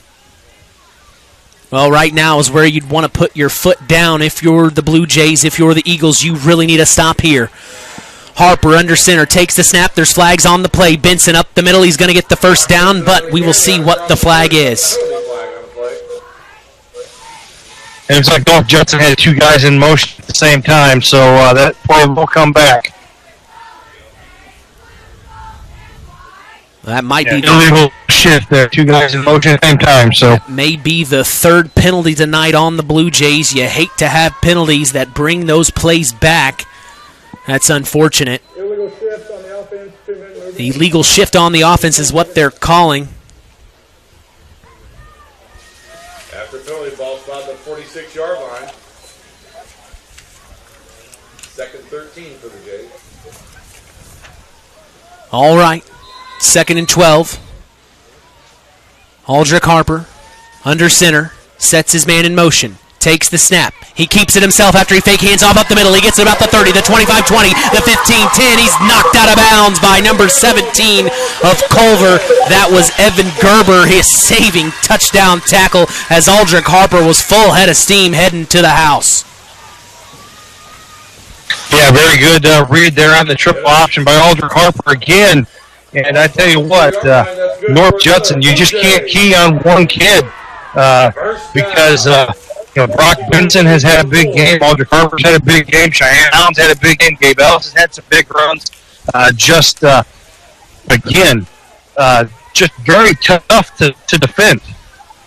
So it'll be first and goal here for the Blue Jays as Harper takes the snap under center. He flips it back to Cheyenne Allen, who leaps over a defender, but then he's tackled at about the 3rd-yard line. They're knocking on the door. 2nd and 2, the 2nd-yard line. Roy Sullivan over there for the Eagles.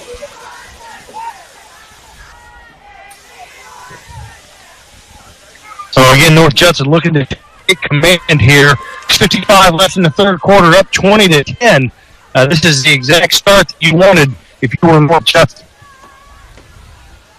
All right, Harper under center, sets his man in motion. He takes the snap, flips it over to Cheyenne Allen, who jumps over a defender. He leaped right over him. Touchdown, Blue Jays, as the Blue Jays are making an effort to make sure the Culver Academy Eagles know who they are. 26-10 here in North Judson.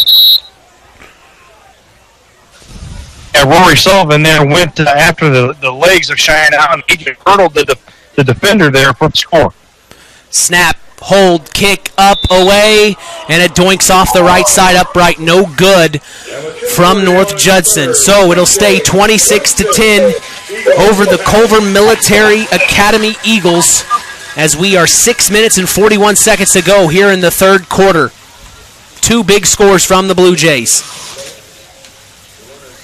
And that extra point miss right there is huge because what that does is that still keeps it only a 2-possession game. So Culver Military is still in this contest because of the 2 missed extra points for North Judson. So again, 26-10. That's only two touchdowns and 2-point conversions. So again, as I said, it's only a 2-possession game with a lot of football left to be played. Well, we'll check in with Tony the Boss Ross on our sister station, Max 98.3 WYMR, Kankakee Valley Broadcasting's WYMR. They are at John Glenn this evening, facing on the Bremen Lions. Hopefully get a score update on them a little bit later from Tony. If you're just joining us from his broadcast, welcome. This is Kankakee Valley Broadcasting's WKVI. I'm Mitch Columbia along with sports analyst Chris McGowan down on the sidelines. It is 26-10 here in North Judson as Cheyenne Allen is set to kick away, coming off that huge leaping touchdown, as he has been doing the kicking duties for the Blue Jays so far this year that we've seen. He will be kicking to the Culver Academy Eagles, and deep to return is Tay Rodriguez and Roman Snedger. And it looks like that's actually number 21, Aiden Cartmel. He's going to return this one to about the 28-yard line before he's brought down. And it looked like he may have been brought down by Cheyenne Allen again, Chris. Cheyenne Allen, stop for the Jays. Yeah, he's usually on most kickoff teams, your kicker is the safety. It looks like Cheyenne Allen might be the leading tackler on this kickoff team for North Judson because he is sprinting down the field looking to make the play. All right. It'll be first down for the Eagles. First and 10 on their own 24-yard line. Michael McColgan from shotgun, ready to take the snap. He does. He's going to throw again over the low, and they read that perfectly. He threw it over to the right sideline. That was number 80 intended for That was Oliver Billsland, but the Blue Jays read that one, almost another interception before a hand swatted that pass out of the air. Yeah, Trey McGowan there doing a good job of cutting under that route by the Culver Military Eagles, and the ball just went right through his hands, or we could have had another pick six for North Judson.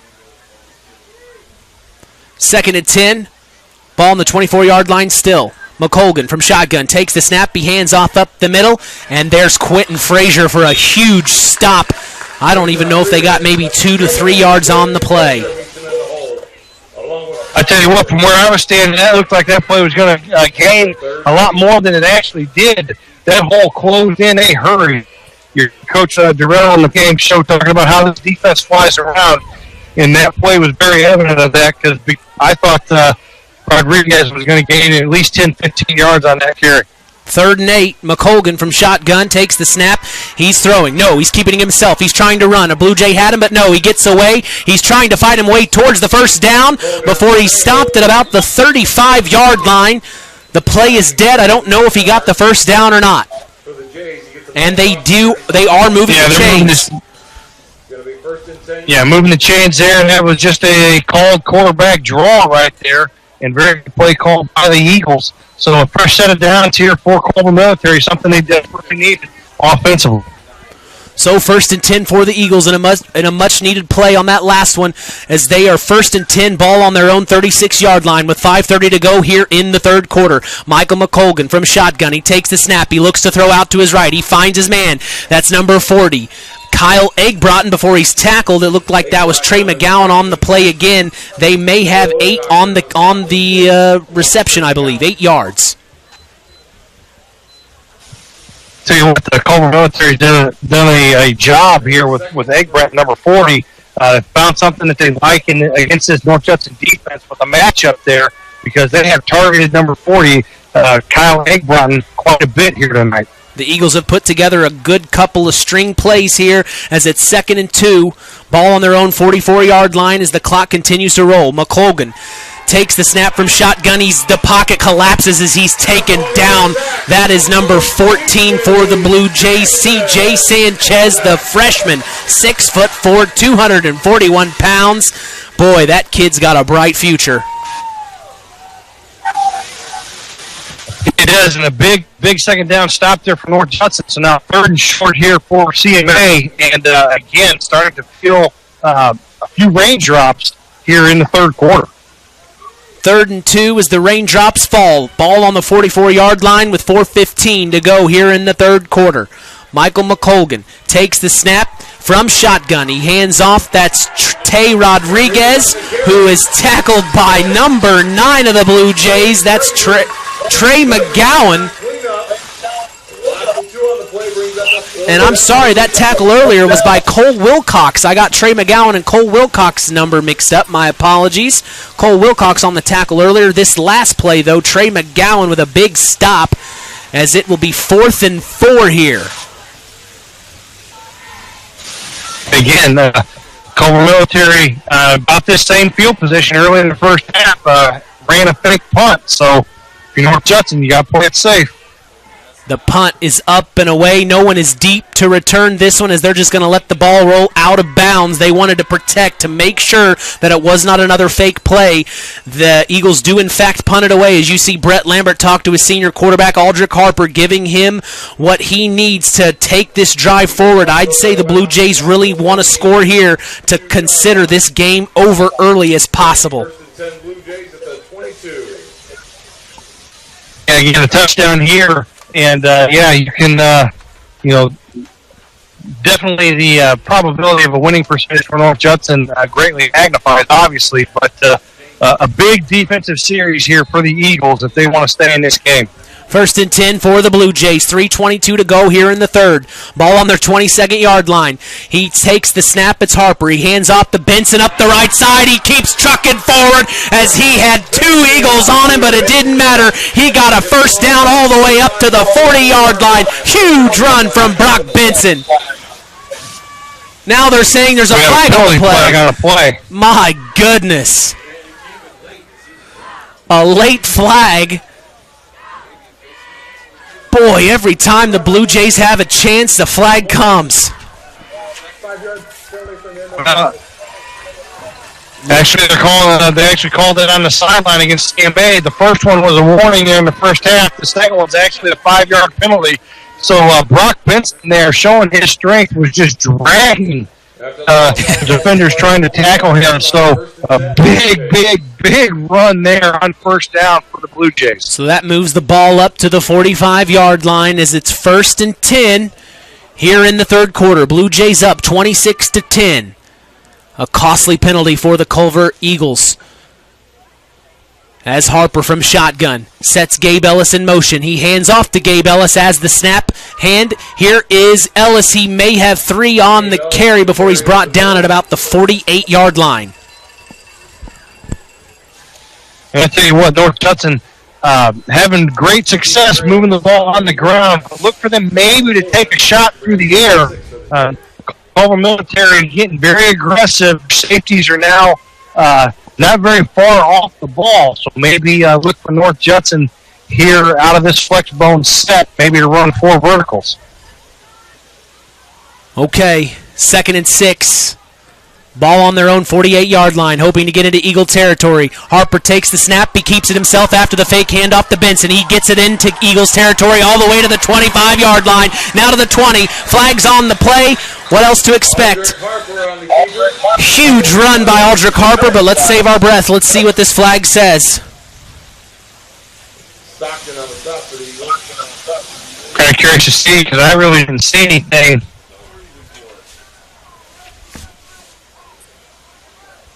I didn't see anything either, Chris. Flags just flying everywhere.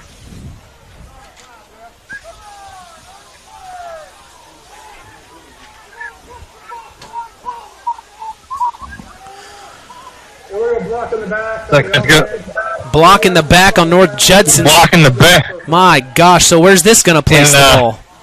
33-yard line. My goodness.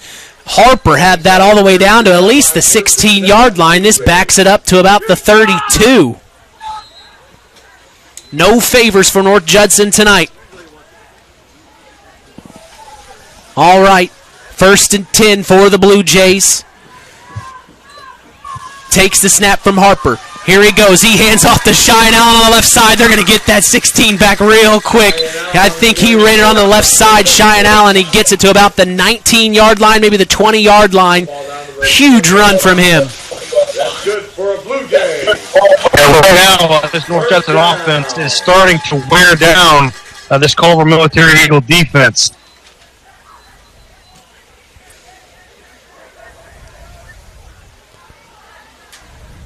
Well, we'll see what they do here on 1st and 10. Ball directly on the Eagles' 20-yard line as the Eagles are set and ready on defense for the Blue Jays. Aldrich Harper under center, takes the snap, he hands off, same play again to Cheyenne Allen on the left side. He creeps forward, may have a few yards on this one before he's brought down by an Eagle. I didn't catch the number on that. It may have been number 8, Stephen Gray, on the tackle. And number 70 there for Culver Military, getting up, laying off the bottom of that pile. Henry Booth, 6 foot, 180-pound junior.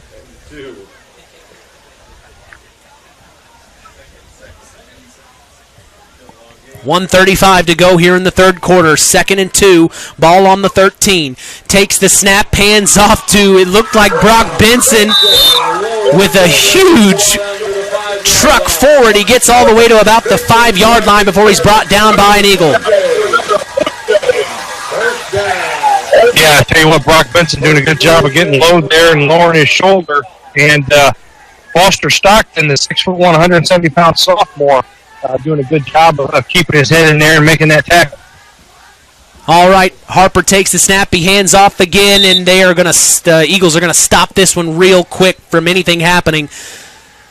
As you see Aldrich Harper walk back over to the sideline and pat himself on the chest saying, "My bad, that was on me." Brett Lambert giving Harper the call as he's going back to the huddle to relay that information to his teammates as the Eagles are ready and waiting for them. Ball on the 3-yard line. The clock continues to tick. 40 seconds to go here in the third quarter. Harper takes a snap. He flings it out to the right side. That's Gabe Ellis, who's going to try to get to the touchdown before he's tackled hard by number 50. That was Ricky Garza. We've heard his name several times. He also kicks for the Eagles as he saves the touchdown to tackle Gabe Ellis. As 20 seconds left here in the third quarter, the clock continues to roll. And it looks like the Blue Jays are just going to let the clock run out. Yeah, so I'm going to make the long walk here down to the other end zone. And good thing it's a quarter break. So that's the end of the third quarter here in North Judson, Indiana. 26-10, the Blue Jays lead the Culver Military Academy Eagles. As when we switch to the fourth quarter, it will be Blue Jay football. Third down on the opposite side of the field. Each quarter they switch sides of the fields. As we want to give a big shout out to my good friends Kelly and Justin Schroeder, and also their little one Hudson Schroeder down in St. Paul, Indiana. We so appreciate you tuning in from Central Indiana on WKVI.com and streaming around the world online. Thanks so much, J-Man. Appreciate you. All right. We're getting ready to start the fourth quarter as the Blue Jays are knocking on the door to score once again. Chris, how do you think the Blue Jays are going to handle this play here on this third down? I would say number 40 is probably gonna get the football here, but who knows? North Judson has a lot of weapons offensively, but this I will say, if they don't get it on third down, North Judson will definitely be going for it on fourth. Well, they're at that part of the field where the Eagles really need to have a goal line stand here. It is coming down to the wire. As we could hear the crowd here very excited for their Blue Jays, and like you said, Chris, that playlist is really a good football playlist here at North Judson. We love every song almost. Get you fired up, that's for sure. I have an update from Knox. At the end of the third quarter, LaVille is now up 14-7 on Knox. Well, so very tight game at the end of the third quarter. Yeah, they were leading in the first half. Knox was 7-6, and things turned around quick here in the third quarter. We'll see if the Redskins can turn things around in the fourth quarter. As here we are back in North Judson for action. Aldrich Harper under center. He takes the snap. He's looking to throw immediately back to the left side, and he has Cheyenne Allen over the middle. Touchdown, Blue Jays! Well, I was the number that scored the touchdown. I just called it on the ground and called it through the air. So I'll still take a somewhat of a victory there on that call. Well, and they made it happen. That's exactly what Brett Lambert and company wanted to do. It's 32-10 as they are getting ready for the extra point. The snap, the hold, the kick, up, clean and away, no good, far left, as that was Quentin Frazier on the kick. An unfortunate miss, but 32-10 is a pretty good margin with 11:54 here to go in the third quarter, wouldn't you say, Chris? Yeah, again, Coach Lambert talked about it there in that halftime interview that they were going to come out and set the tone early, and that's exactly what they did on the ground. And, hey, you got to give North Judson credit. They've just come out here offensively and have worn down this Culver Military Eagle defense. Well, we saw signs of life from Culver there at the end of the first half. Things just turned around here in the second half. The Blue Jays turned on the Jets, and they haven't looked back since. It's going to be a long 12 minutes for the Eagles. They've got to make something happen on this drive. I'd say if you're a Culver Military Academy Eagle, Chris, you've got to emphasize we have got to get in the end zone on this drive. Exactly. North Judson defensively is starting to feel very comfortable with what Culver's doing offensively in the passing game. Maybe look for a double move if you can give your quarterback time to throw. He's definitely got the arm. The problem's been he doesn't have very much time to throw, so Culver Military has gone to the short passing game, and North Judson has made the adjustment, and they're starting to jump those routes.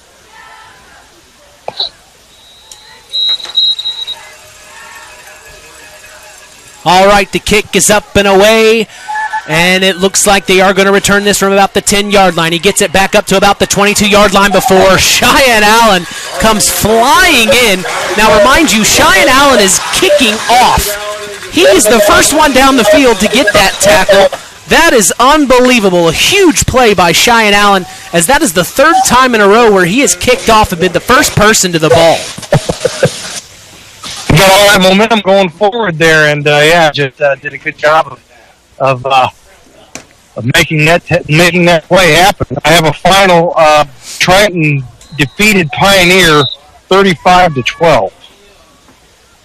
Well, an interesting ending there in Pioneer as McColgan takes the snap from shotgun. He flicks out to the right side. That's Tay Rodriguez, who isn't going to get anything. There's the ball loose on the play. Are they calling it dead? Yes, they are.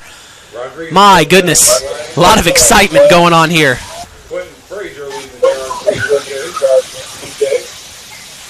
Yeah, a loss of about 3 yards there on first down, so 2nd and 13 for the Eagles.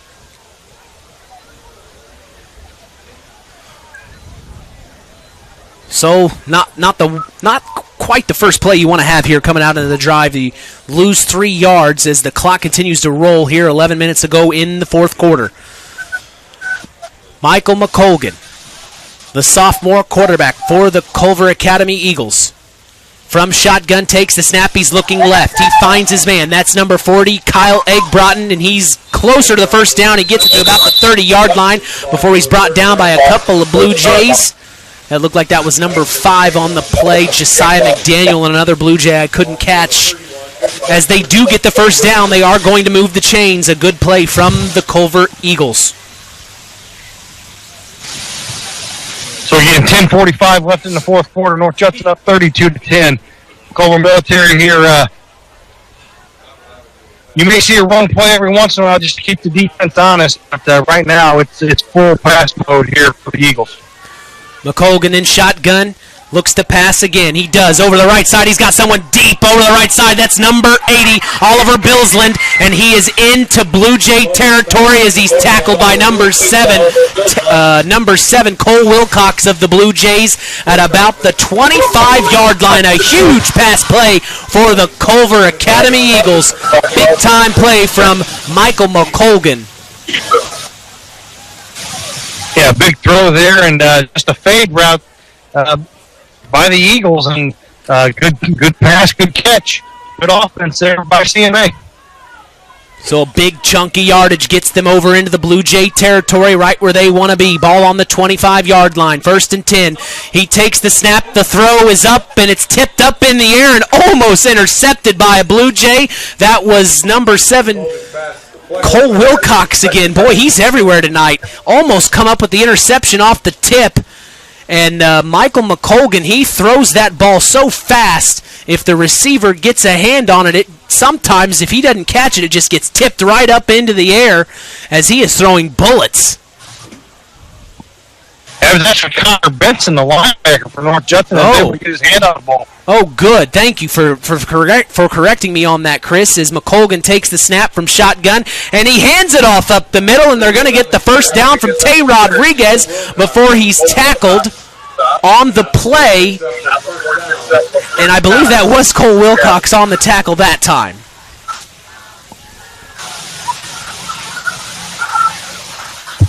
So it'll be... Again, there's that one run, that one token run to keep the defense honest. Right now, North Judson defending the pass, so a big run there for the Eagles to get that first down. 1st and 10. McColgan takes the snap from shotgun. He hands off again. That's Rodriguez fighting for a yard, but the Blue Jays read that one all over the place. That was Trey McGowan on the stop.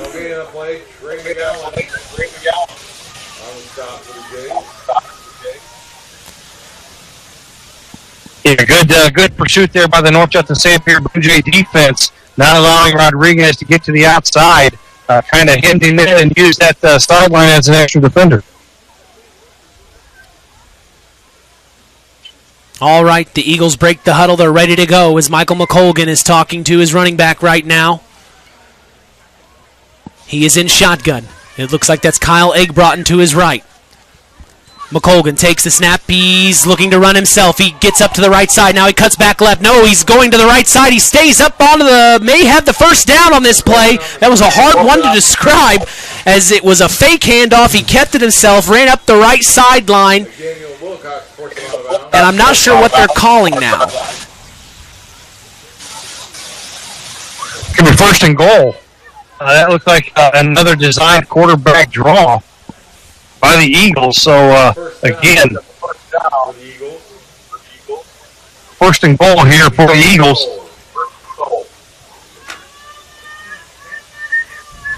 Is there a penalty flag? I can't tell from where I'm at. I'm just kind of... They're talking. Yeah. Boy, this officiating crew has really thrown me for a loop all game today. I'm really not sure what they're doing or calling. I'm sure they have reasonings behind their calls. It's just been kind of frustrating for us here in the booth and you down on the sidelines to figure out what exactly the call is.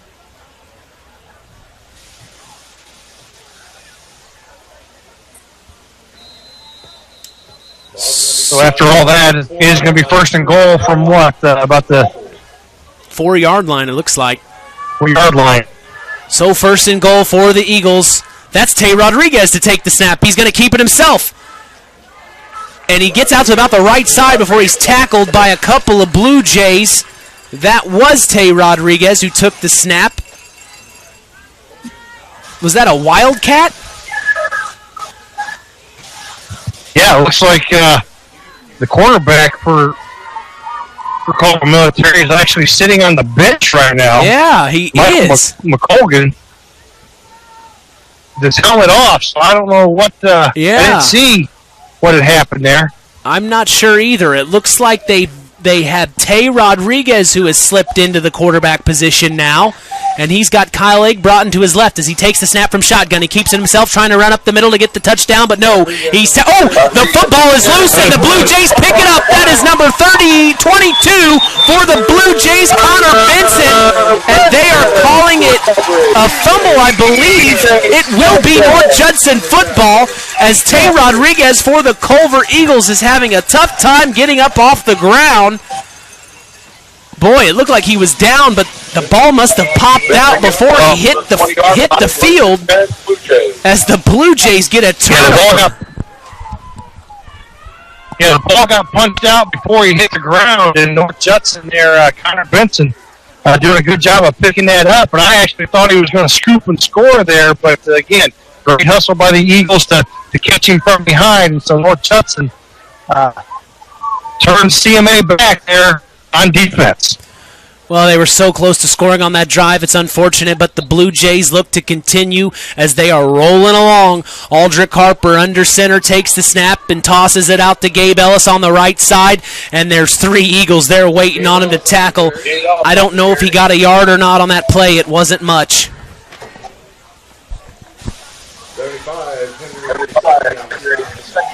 Again, staying in bounds and got to keep the clock moving here with 8 minutes. We're approaching 8 minutes left in the fourth quarter. North Judson up 32-10, in control here, and seeing a lot of new clean uniforms on defense for the Eagles, trying to keep fresh this North Judson offense. Again, the physicality has just worn down this Eagle defense. Well, and you called it earlier as Harper's under center. He takes the snap. It looks like, I don't know who he handed that off to. Was it Gabe Ellis again? It was Gabe Ellis. Yes, it was Gabe Ellis. Who gets maybe 2 or 3 on the carry before he's brought down by a couple of Eagles. Well, you wonder with this defensive substitution here, Chris, is this just a relock and reload, or is this second string action here? Harper under center. He keeps it himself after the fake handoff. He gets to about the 35, trying to get to the 40 before he's knocked out of bounds by number 21 of the Culver Military Eagles, Aiden Cartmel, the junior. Good stop from him. Again, I think it's just just trying to send some fresh bodies out here defensively for the Eagles. This defense has been on the field quite a bit, and again, the physicality of this North Judson offense just taking its toll on this Eagle defense. Just under 7 minutes to go here in the fourth quarter. 1st and 10 for the Blue Jays as Harper takes the snap under center. He hands off to number 22. That's Connor Benson.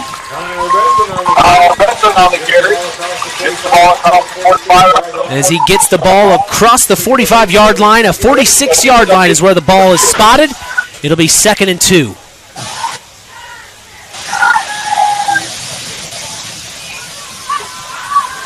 Again, North Judson going to take their time, run this play clock down, try to eat as much clock as they can here, and try to put another one on the board and really put the final nail in the coffin.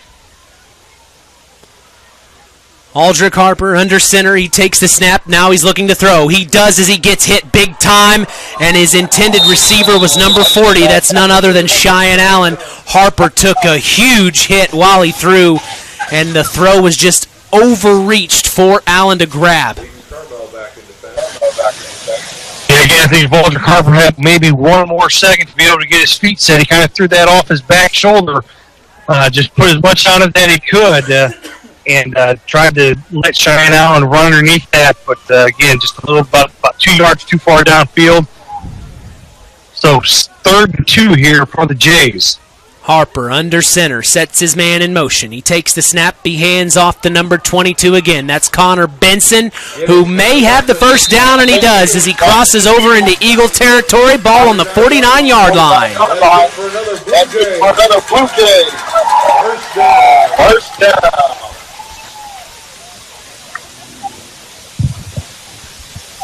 So again, North Judson just doing a good job, like I said, eating next clock here.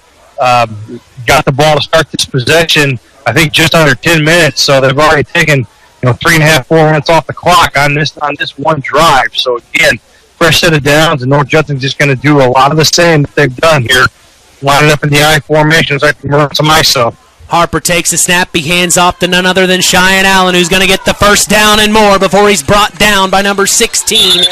That was Foster Stockton for the Eagles. They believed there was a fumble on the play, and he picked it up and ran it back. That was Aiden Cartmel, but no, the ball is down, and it is Blue Jay football as the first down occurs. Another one for Cheyenne Allen as they're moving the chains. The ball will be on Eagles' 36-yard line. Yeah, again, knees were down, ball was up in the air, and I give CMA credit there, doing a good job of getting in there and stripping that ball, but again, his knees were down, and again, just ran an ISO, and Cheyenne bounced that to the outside. All right, takes the snap, hands off up the middle again. I didn't catch the number on that, but he fought forward. It looks like that's number 7. Cole Wilcox there. Cole Wilcox on the carry. Yeah, Cole. 30 down to the 29-yard line. Pick up 8. Again, North Judson just lining up in the base I formation. 2 plays in a row, just running a straight isolation play there, and picked up big chunks of yardage on first down there. So 2nd and short 3 for the Jays. All right, Aldrich Harper under center. He takes the snap by formation again, and that is number 7 who cuts over to the number. He's out to 10-yard line, maybe to the 2nd-yard line. Cole Wilcox with a huge run up the right side. The Eagles didn't see it coming. They are 1st and goal. Yeah, 1st and goal to 1-yard line there, and Cole Wilcox doing a great job. North Judson again making some massive pulls there, running the ISO again to perfection, and North Judson looking to punch another one in here. 4:18 left in the fourth quarter.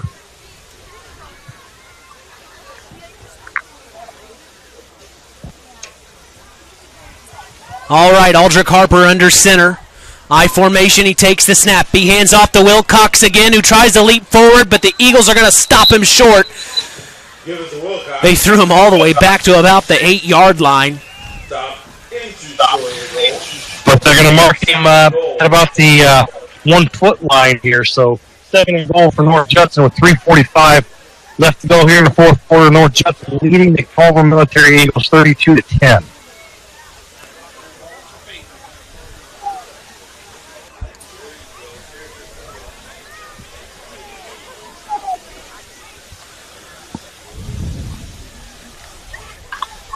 So 2nd and goal here. Ball on the foot-yard line. Harper takes the snap under center, flicks it out to Cole Wilcox, who's going to waltz right in. Touchdown, Blue Jays! Cole Wilcox on the carry as they executed that play beautifully.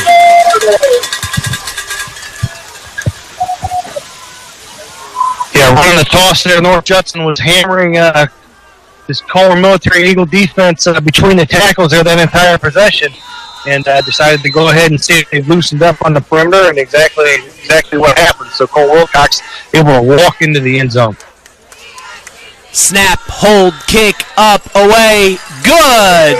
Quentin Frazier with a good kick there, as the score is now 39-10 here in North Judson over the Culver Military Academy Eagles.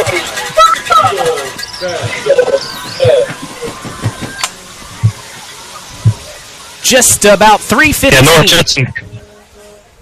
Yeah, go ahead. Just about 3:15 to go here in the game as North Judson is just pulling away little by little. This second half was a huge half for them, Chris. Yeah, Coach Lambert at halftime come out and said that they're going to set the tone early, and that's exactly what they did. And ever since the touchdown in the second quarter, Culver Military's had a few glimpses of life here offensively, but this North Judson-San Pierre Blue Jay offense has really taken control of this game and have just physically worn down this Culver Military team. Zingo Express of Knox is proud to is a proud sponsor of tonight's football action. Stop by Zingo Express in Knox and fuel up both you and your vehicle the Zingo Express way. So we're getting ready to see Cheyenne Allen kick away again. As we're going to keep an eye on him on this play, as he's gotten to the ball for the last 3 kicks he has done. He's the first one to get there as the kicker. That's impressive. So here we go. 39-10 with 3:15 to go in the fourth. The kick is up and away from Allen. Here they come. It looks like that's going to be returned by number 21, Aiden Cartmel for the Eagles, as he cuts back over to about the 28-yard line before he's knocked out of bounds. And there's a Blue Jay and an Eagle getting into it down there on the field. It's getting chippy. These two teams, well, they're not regular rivals. They still are playing as if they are old-time rivals. And hey, guess who the first one down on that play there to force the runner out of bounds? I'll give you one guess. I would say it was probably Cheyenne Allen, wasn't it? It was Cheyenne Allen forcing the runner to go out of bounds there. So, again, Cheyenne Allen getting it done here on the kickoff team. Well, he knows exactly what he wants to do when he gets out on the football field, and he does it with such vigor that he is quite the player for the Blue Jays. 39-10 with 3 minutes to go here in the fourth quarter. It's looking like it's all but over, but the Eagles are going to try their best, as that is number 7 still out there for the Eagles. I didn't quite catch the number of the quarterback out there now, but they get maybe 2 on the play.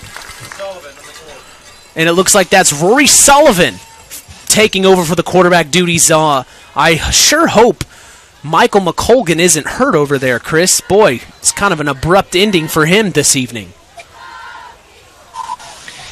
Yeah, it came out after that one play where there was kind of a discussion on what was going on, and I don't know if maybe a hit and the officials took him out of the game. Again, you kind of wonder what's going on. Sullivan from shotgun, he takes the snap, he hands off to his man up the middle, but he's met by a Blue Jay and doesn't get anything. I didn't catch the number on who ran that. It looked like maybe it was 21, Aiden Cartmel, I believe. Cartmel on the carry. C.J. Sanchez there to stop him. It was C.J. Sanchez, the freshman we talked about a little bit earlier on the stop. What a big kid for a freshman. I mean, 6'4" at 241 pounds. Man, I wish I was that tall at 15.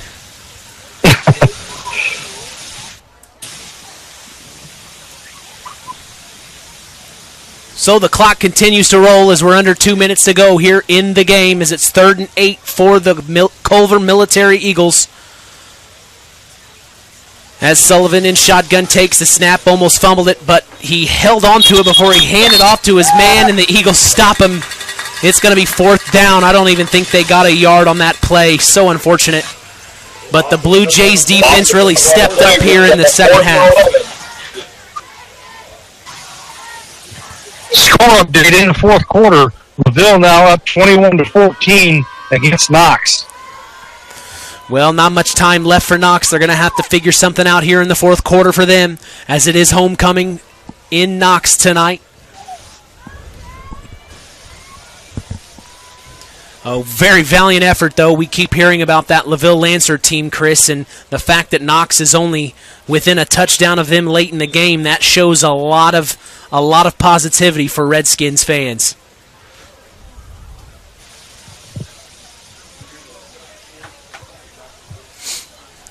So we have a timeout on the field here. Culver Military taking the timeout, 4th and 11. Well, we're going to keep it here, as we're so glad you've joined us here on IHSAATV.org and K99.3 WKVI 99.3 FM and around the world online at WKVI.com. Our sports analyst Chris McGowan down on the sideline has been getting all the inside access to tell us what exactly each team is thinking through each play. I am up here in the booth. I'm Mitch Columbi. So glad to be a part of this tradition, as this is week 6 of Indiana High School football 2022. The North Judson-San Pierre Blue Jays came into this game undefeated at 5-0. It looks like they're going to definitely be 6-0 at the end of this game.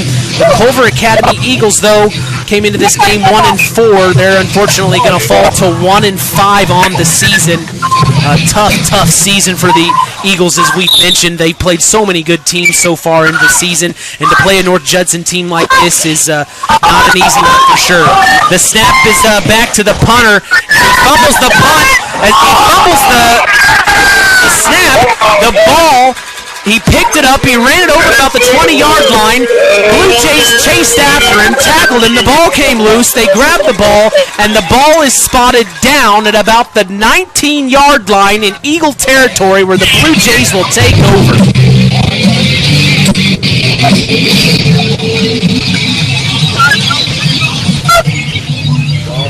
Yeah, again, North Judson there just making a great play.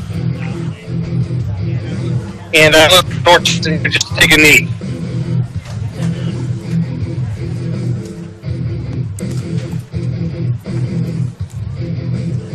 All right.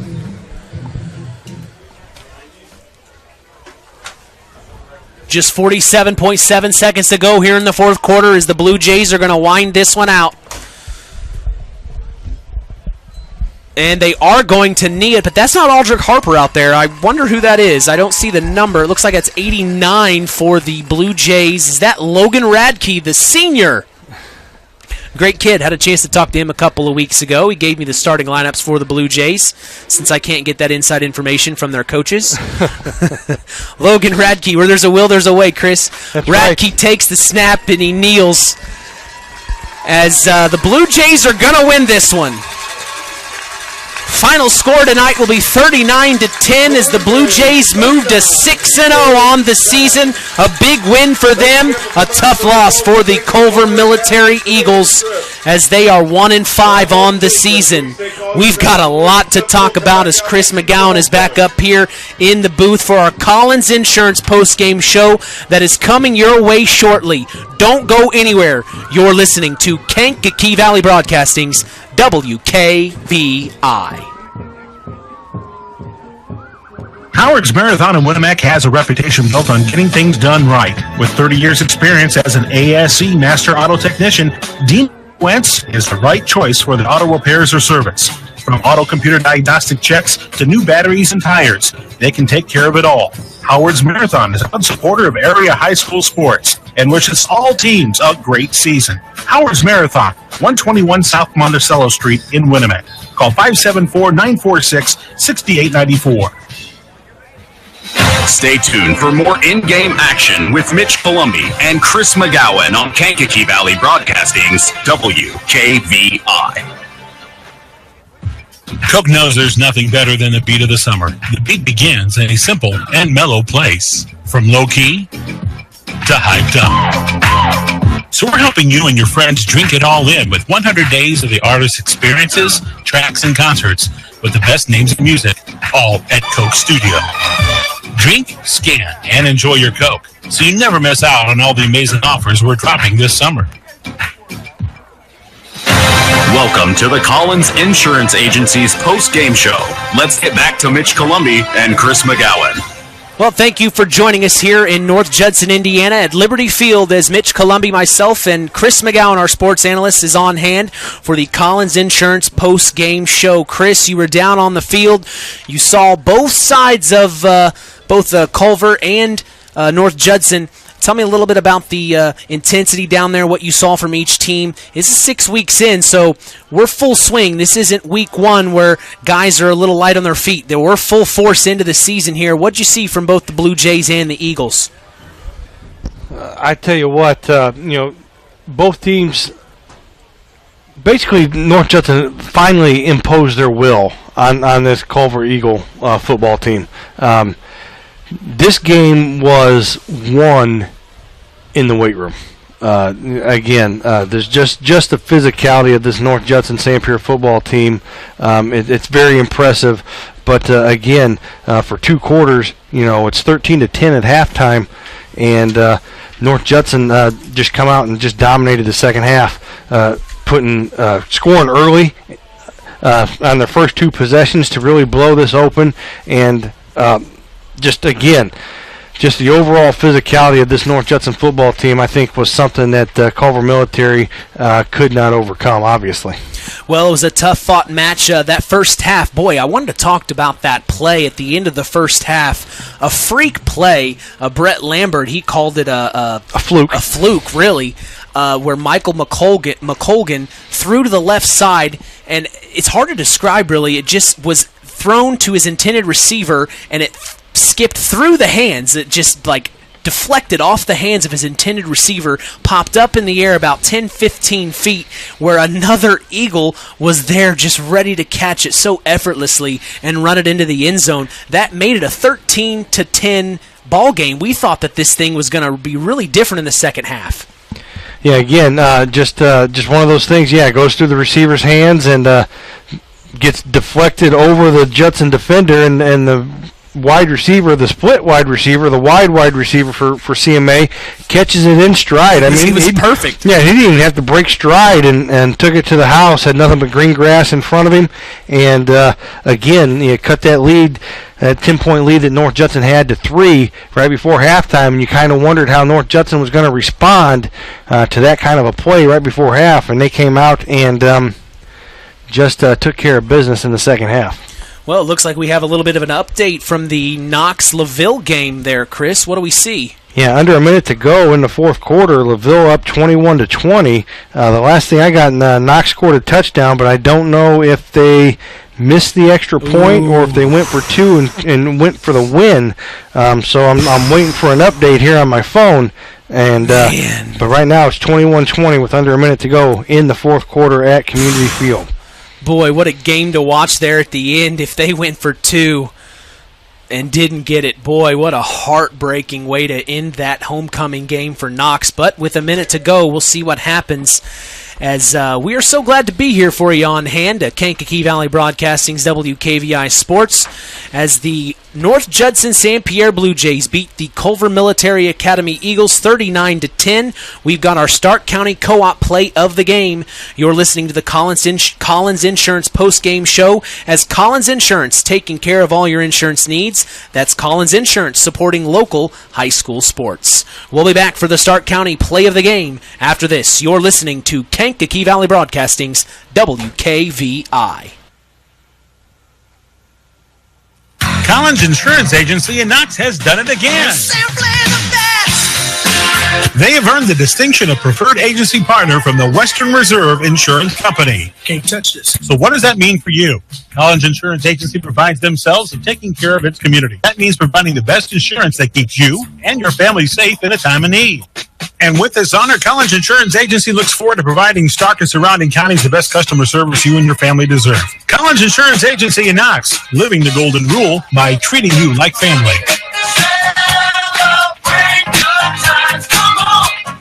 Farm Fertilizers and Seeds is proud to be our area's newest sales representatives for Pioneer Hybrid Seed. This is Andy Abel. Pioneer offers top-of-the-line genetics, a complete portfolio including alfalfa and wheat seed, and cutting-edge seed traits and technologies. Combined with exceptional financing options, Pioneer provides the total package, one that we are proud to be able to offer our customers. If you are currently working with a Pioneer sales representative, you have made a good choice. If you aren't, let Farm Fertilizers and Seeds show you how Pioneer can work on your farm. Call us today at 867-2441 to answer any of your questions.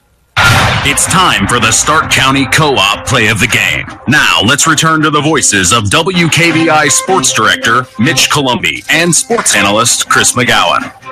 Back here at Liberty Field for the Stark County Co-op play of the game, as I'm going to bring in our sports analyst Chris McGowan to dissect what our Stark County Co-op play of the game in fact is. Stark County Co-op play of the game has to be the pick six in the second quarter by Quentin Frazier, a name that we've the last several weeks have talked about quite a bit, and really, I think at the end of the first quarter it was 3-0. Culver Military had to lead. It might be the first time that North Judson has been down all year. I know. So didn't know how they were going to respond. They put a touchdown on the board, and then very next defensive series, Quentin Frazier gets a pick six and really put North Judson, set the tone there, put them up 2 scores, and they never looked back. So the Stark County Co-op play of the game is the pick six by Quentin Frazier. Well, we see Canyon Minix getting carted off the field. He was hobbled on that play earlier in the game. We so hope he's not hurt. We'll get an update on that tomorrow morning with Brett Lambert, I'm sure. He's one of their starting players in Canyon Minix. We love calling his name, and we sure hope it's nothing serious, as it looked like it was a lower right leg issue. As we thank the Stark County Co-op, your local agricultural cooperative that offers an array of service and support, including grain, agronomy, seed, fuel, and LP Petroleum. Call 574-867-2411 to contact the Stark County Co-op. Don't go anywhere. Our 5-star player of the game is next. You've been listening to the Collins Insurance Postgame Show on Kankakee Valley Broadcasting's WKVI. The Stark County Co-op has been a member-owned farm services co-op in Stark County since 1928. That's over 90 years, and they're still providing the same quality agronomy services to the farming community of Stark and surrounding counties. The Stark County Co-op is an LP and fuel provider. The Stark County Co-op purchases grain at both locations, Hamlet and Brams. You can reach them by phone at 1-800-782-3392, the Stark County Co-op. Since 1936, Standard Plumbing, Heating, and Air Conditioning have always taken pride in doing the job right. Third-generation owner Brian Hammond and his family have always set the standard when it comes to taking care of all your heating and cooling needs. Making your home a comfortable home is the absolute top priority. If you are uncomfortable in your home, give them a call at 574-936-4660. Follow them on Facebook. Let Standard Plumbing, Heating, and Air Conditioning help you take control of your comfort. Time to announce the Ashley Derrickson 5-star player of the game. Mitch? It's time now for our Ashley Derrickson 5-star player of the game, given in memory of Ashley Derrickson, a 2008 graduate of North Judson-San Pierre High School who battled cancer throughout her high school career before losing that battle on December 12th of 2008.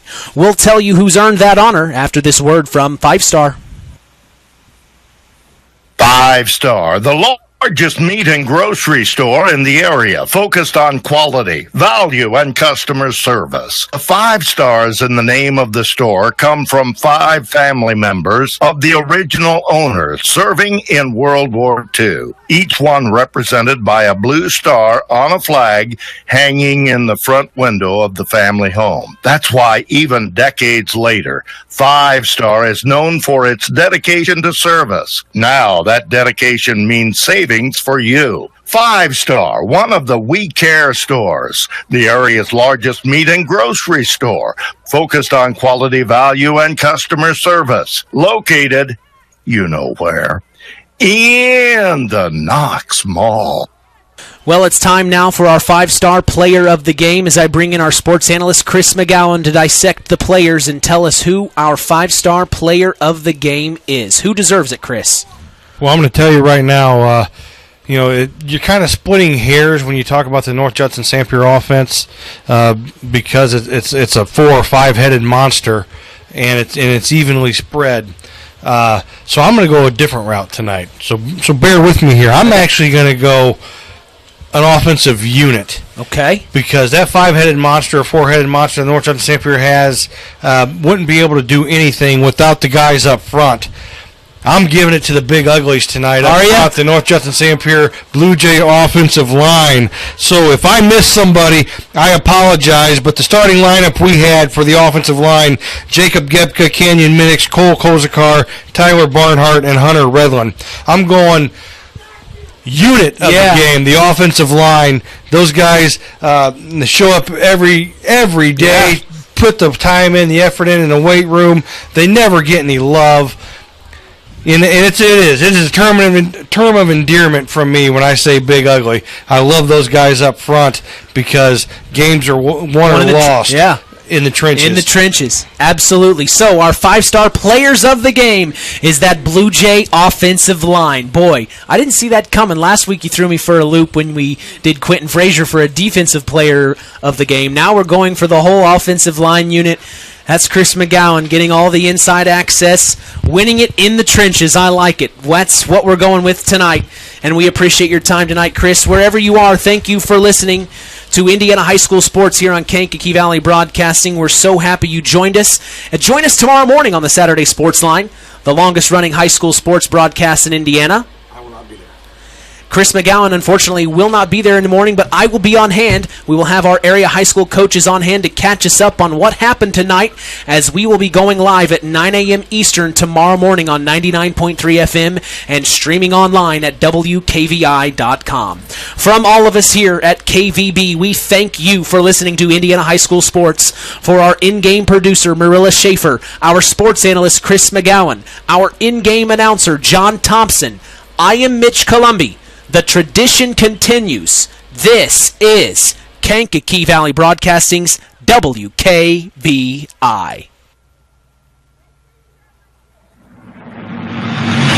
Thank you for listening to High School Football on Kankakee Valley Broadcasting's WKVI. Sponsored in part by Coca-Cola, Culver Portside Marina, Nepco Crane and Equipment Services, specializing in mobile crane service, Dairy Queen of Winamac, Patrick Auto Group, Farm Fertilizers, First Farmers Bank and Trust, Lawrence Farms, Mark's Body Shop in Knox, Zingo Express, Pulaski Memorial Hospital, Stark County Co-op, Ancilla College, The Auto Park with locations in LaPorte, Plymouth, and Bremen, Standard Plumbing, Heating, and Air Conditioning, Collins Insurance, Howard's Marathon of Winamac, and 5-Star. We thank our sponsors